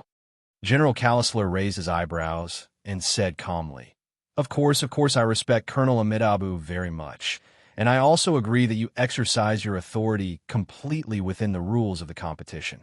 However, Colonel Amitaboo, you can't just reapply for the referees every time you think that your country's results are behind, right? If it's like this every time, does that mean that Colonel Amitaboo thinks that every referees and military official on the referees team were careless in keeping score? Then can we also think that our country's ranking and points should be higher, and that the referees made a huge mistake? Colonel Amitaboo, your personal emotions are quite big. Perhaps it's because the weather is too cold, causing your judgment and thinking to have a big problem. I suggest that you rest well. At first, it was only General Callisler who talked about Colonel Amitaboo, but now the generals of several countries had their own opinions. Seeing this, General Haywill said to Colonel Amitaboo, "What do you think there's a problem with the points? Perhaps you can wait until the sniping competition is over to verify it?" Colonel Amitaboo, who was very angry, suddenly paused. General Haywill's last sentence reminded him. The sniping competition hadn't started yet, and the current rankings were snipers were eliminated, assaulters were eliminated. These were all deductions that couldn't be made wrong. If he really wanted to check, he would only be mocked by the generals of the other countries, and the referees and military officials would also make fun of him, being eliminated by the assaulters of the other countries. And he still wanted to check the points? Was he crazy? What did he want to check? How did the investigating team get eliminated? How did the snipers get eliminated? Then the referees and military officials would tell all the generals how long it took for the assaulters of the SFS Border Defense Force to be eliminated by the assaulters of the other countries. How were the snipers of the SFS Border Defense Army found? And how long did they take to finish them off? If that was the case, his country and their soldiers would be so ashamed that they would not be able to raise their heads. Suddenly, Colonel Amitaboo broke out in cold sweat. He almost did something stupid just now. "Sorry, I really need to calm down." Colonel Amitaboo did not insist, but his pride did not allow him to lower his head and admit his mistake. He only said, "Sorry," and remained silent. No one delved any deeper into the matter. They looked at the latest scores and rankings again. The Chinese side entered the 6th place and slowly improved from the last place. The Chinese soldiers who participated in the competition for the first time not only relied on luck, but also a certain amount of strength.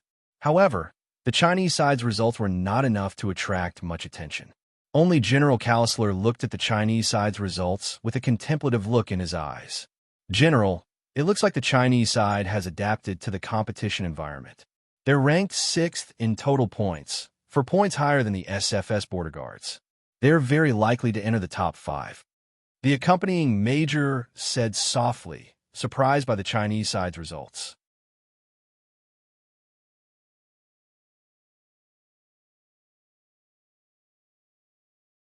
Chapter 2955. General Callisler nodded. There's a very high chance of entering the top 5. The SFS Border Defense Force's intentions against China are very clear. They'll work hard to squeeze into the top 5, and they'll also work very hard to squeeze China out of the top 5.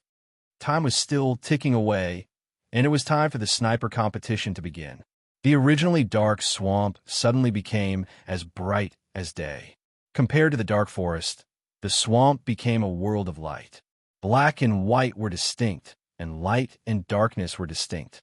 There are two competition areas for sniping. The swamp is the first competition area. Snipers must complete 5 sniping targets and reach the second competition area to complete the last 5 sniping targets. 5 minutes before the competition began, the rules of the sniping competition were announced in the earpiece of every sniper. Every time they heard the rules, their eyes and expressions changed slightly. So, the swamp wasn't the entire competition area. There was still a second competition area. 5 sniping targets must be completed before the contestant from each country can enter the swamp and reach the second competition area. Every sniping target must be completed. Missing any sniping target will result in 0 points. The second competition area is divided into high-angle shooting, low-angle shooting, risk shooting, flat shooting, 2 people working together to shoot at fast-moving targets, 110 meters, 2 people shooting at the same position, 430 meters water screen shooting, 10 groups of irregular distance shooting, frisbee shooting every 3 seconds from 90 meters away. The referee announced the sniping events of the second competition area very quickly. This made all the snipers from each country clearly stunned. The sniping targets in the second competition area were obviously more than the sniping targets in the first competition area. Moreover, the sniping targets in the second competition area were clearly the daytime competitions. In other words, the sniping competition was divided into one night and one day. The 5 sniping targets in the evening were bull's eye, metal ring, shell, broken blade, and plaster egg. Among them, the most difficult ones were shell and broken blade, and they were also tonight's high-scoring events. The lights were turned off, counting down from 10 to 3, 2. After a pah sound, all the light sources in the swamp that were as bright as day were all extinguished. The snipers from each country moved out, including the snipers that had been eliminated by the other country's commandos. Every target had a fixed distance.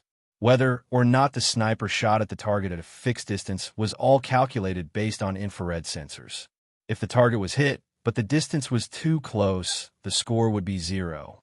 If the distance was acceptable and the target was hit, the result would be valid. In this way, the sniper needed to have a very accurate calculation of the target and the shooting distance. Calculating the distance of the target and completing the sniping was also a necessary skill for a sniper. Therefore, long-range and close-range shooting should not be underestimated.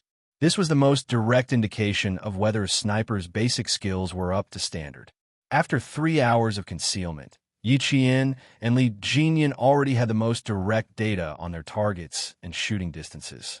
After sending out the signal flare, the two of them rushed out of the camouflage layer and headed towards their respective targets. The bullseye target and shell target were Li Jinyan's targets, while the metal ring target, broken blade target, and plaster egg target were Yi Qian's targets. The separation was already clear, and all they needed to do was rush towards their respective targets. Yi Qian's innate talent allowed her to shoot ahead of others. But here, even though she had already aimed at the target through the night vision scope, she did not fire immediately. She didn't need to be outstanding. She just needed to maintain her results and score.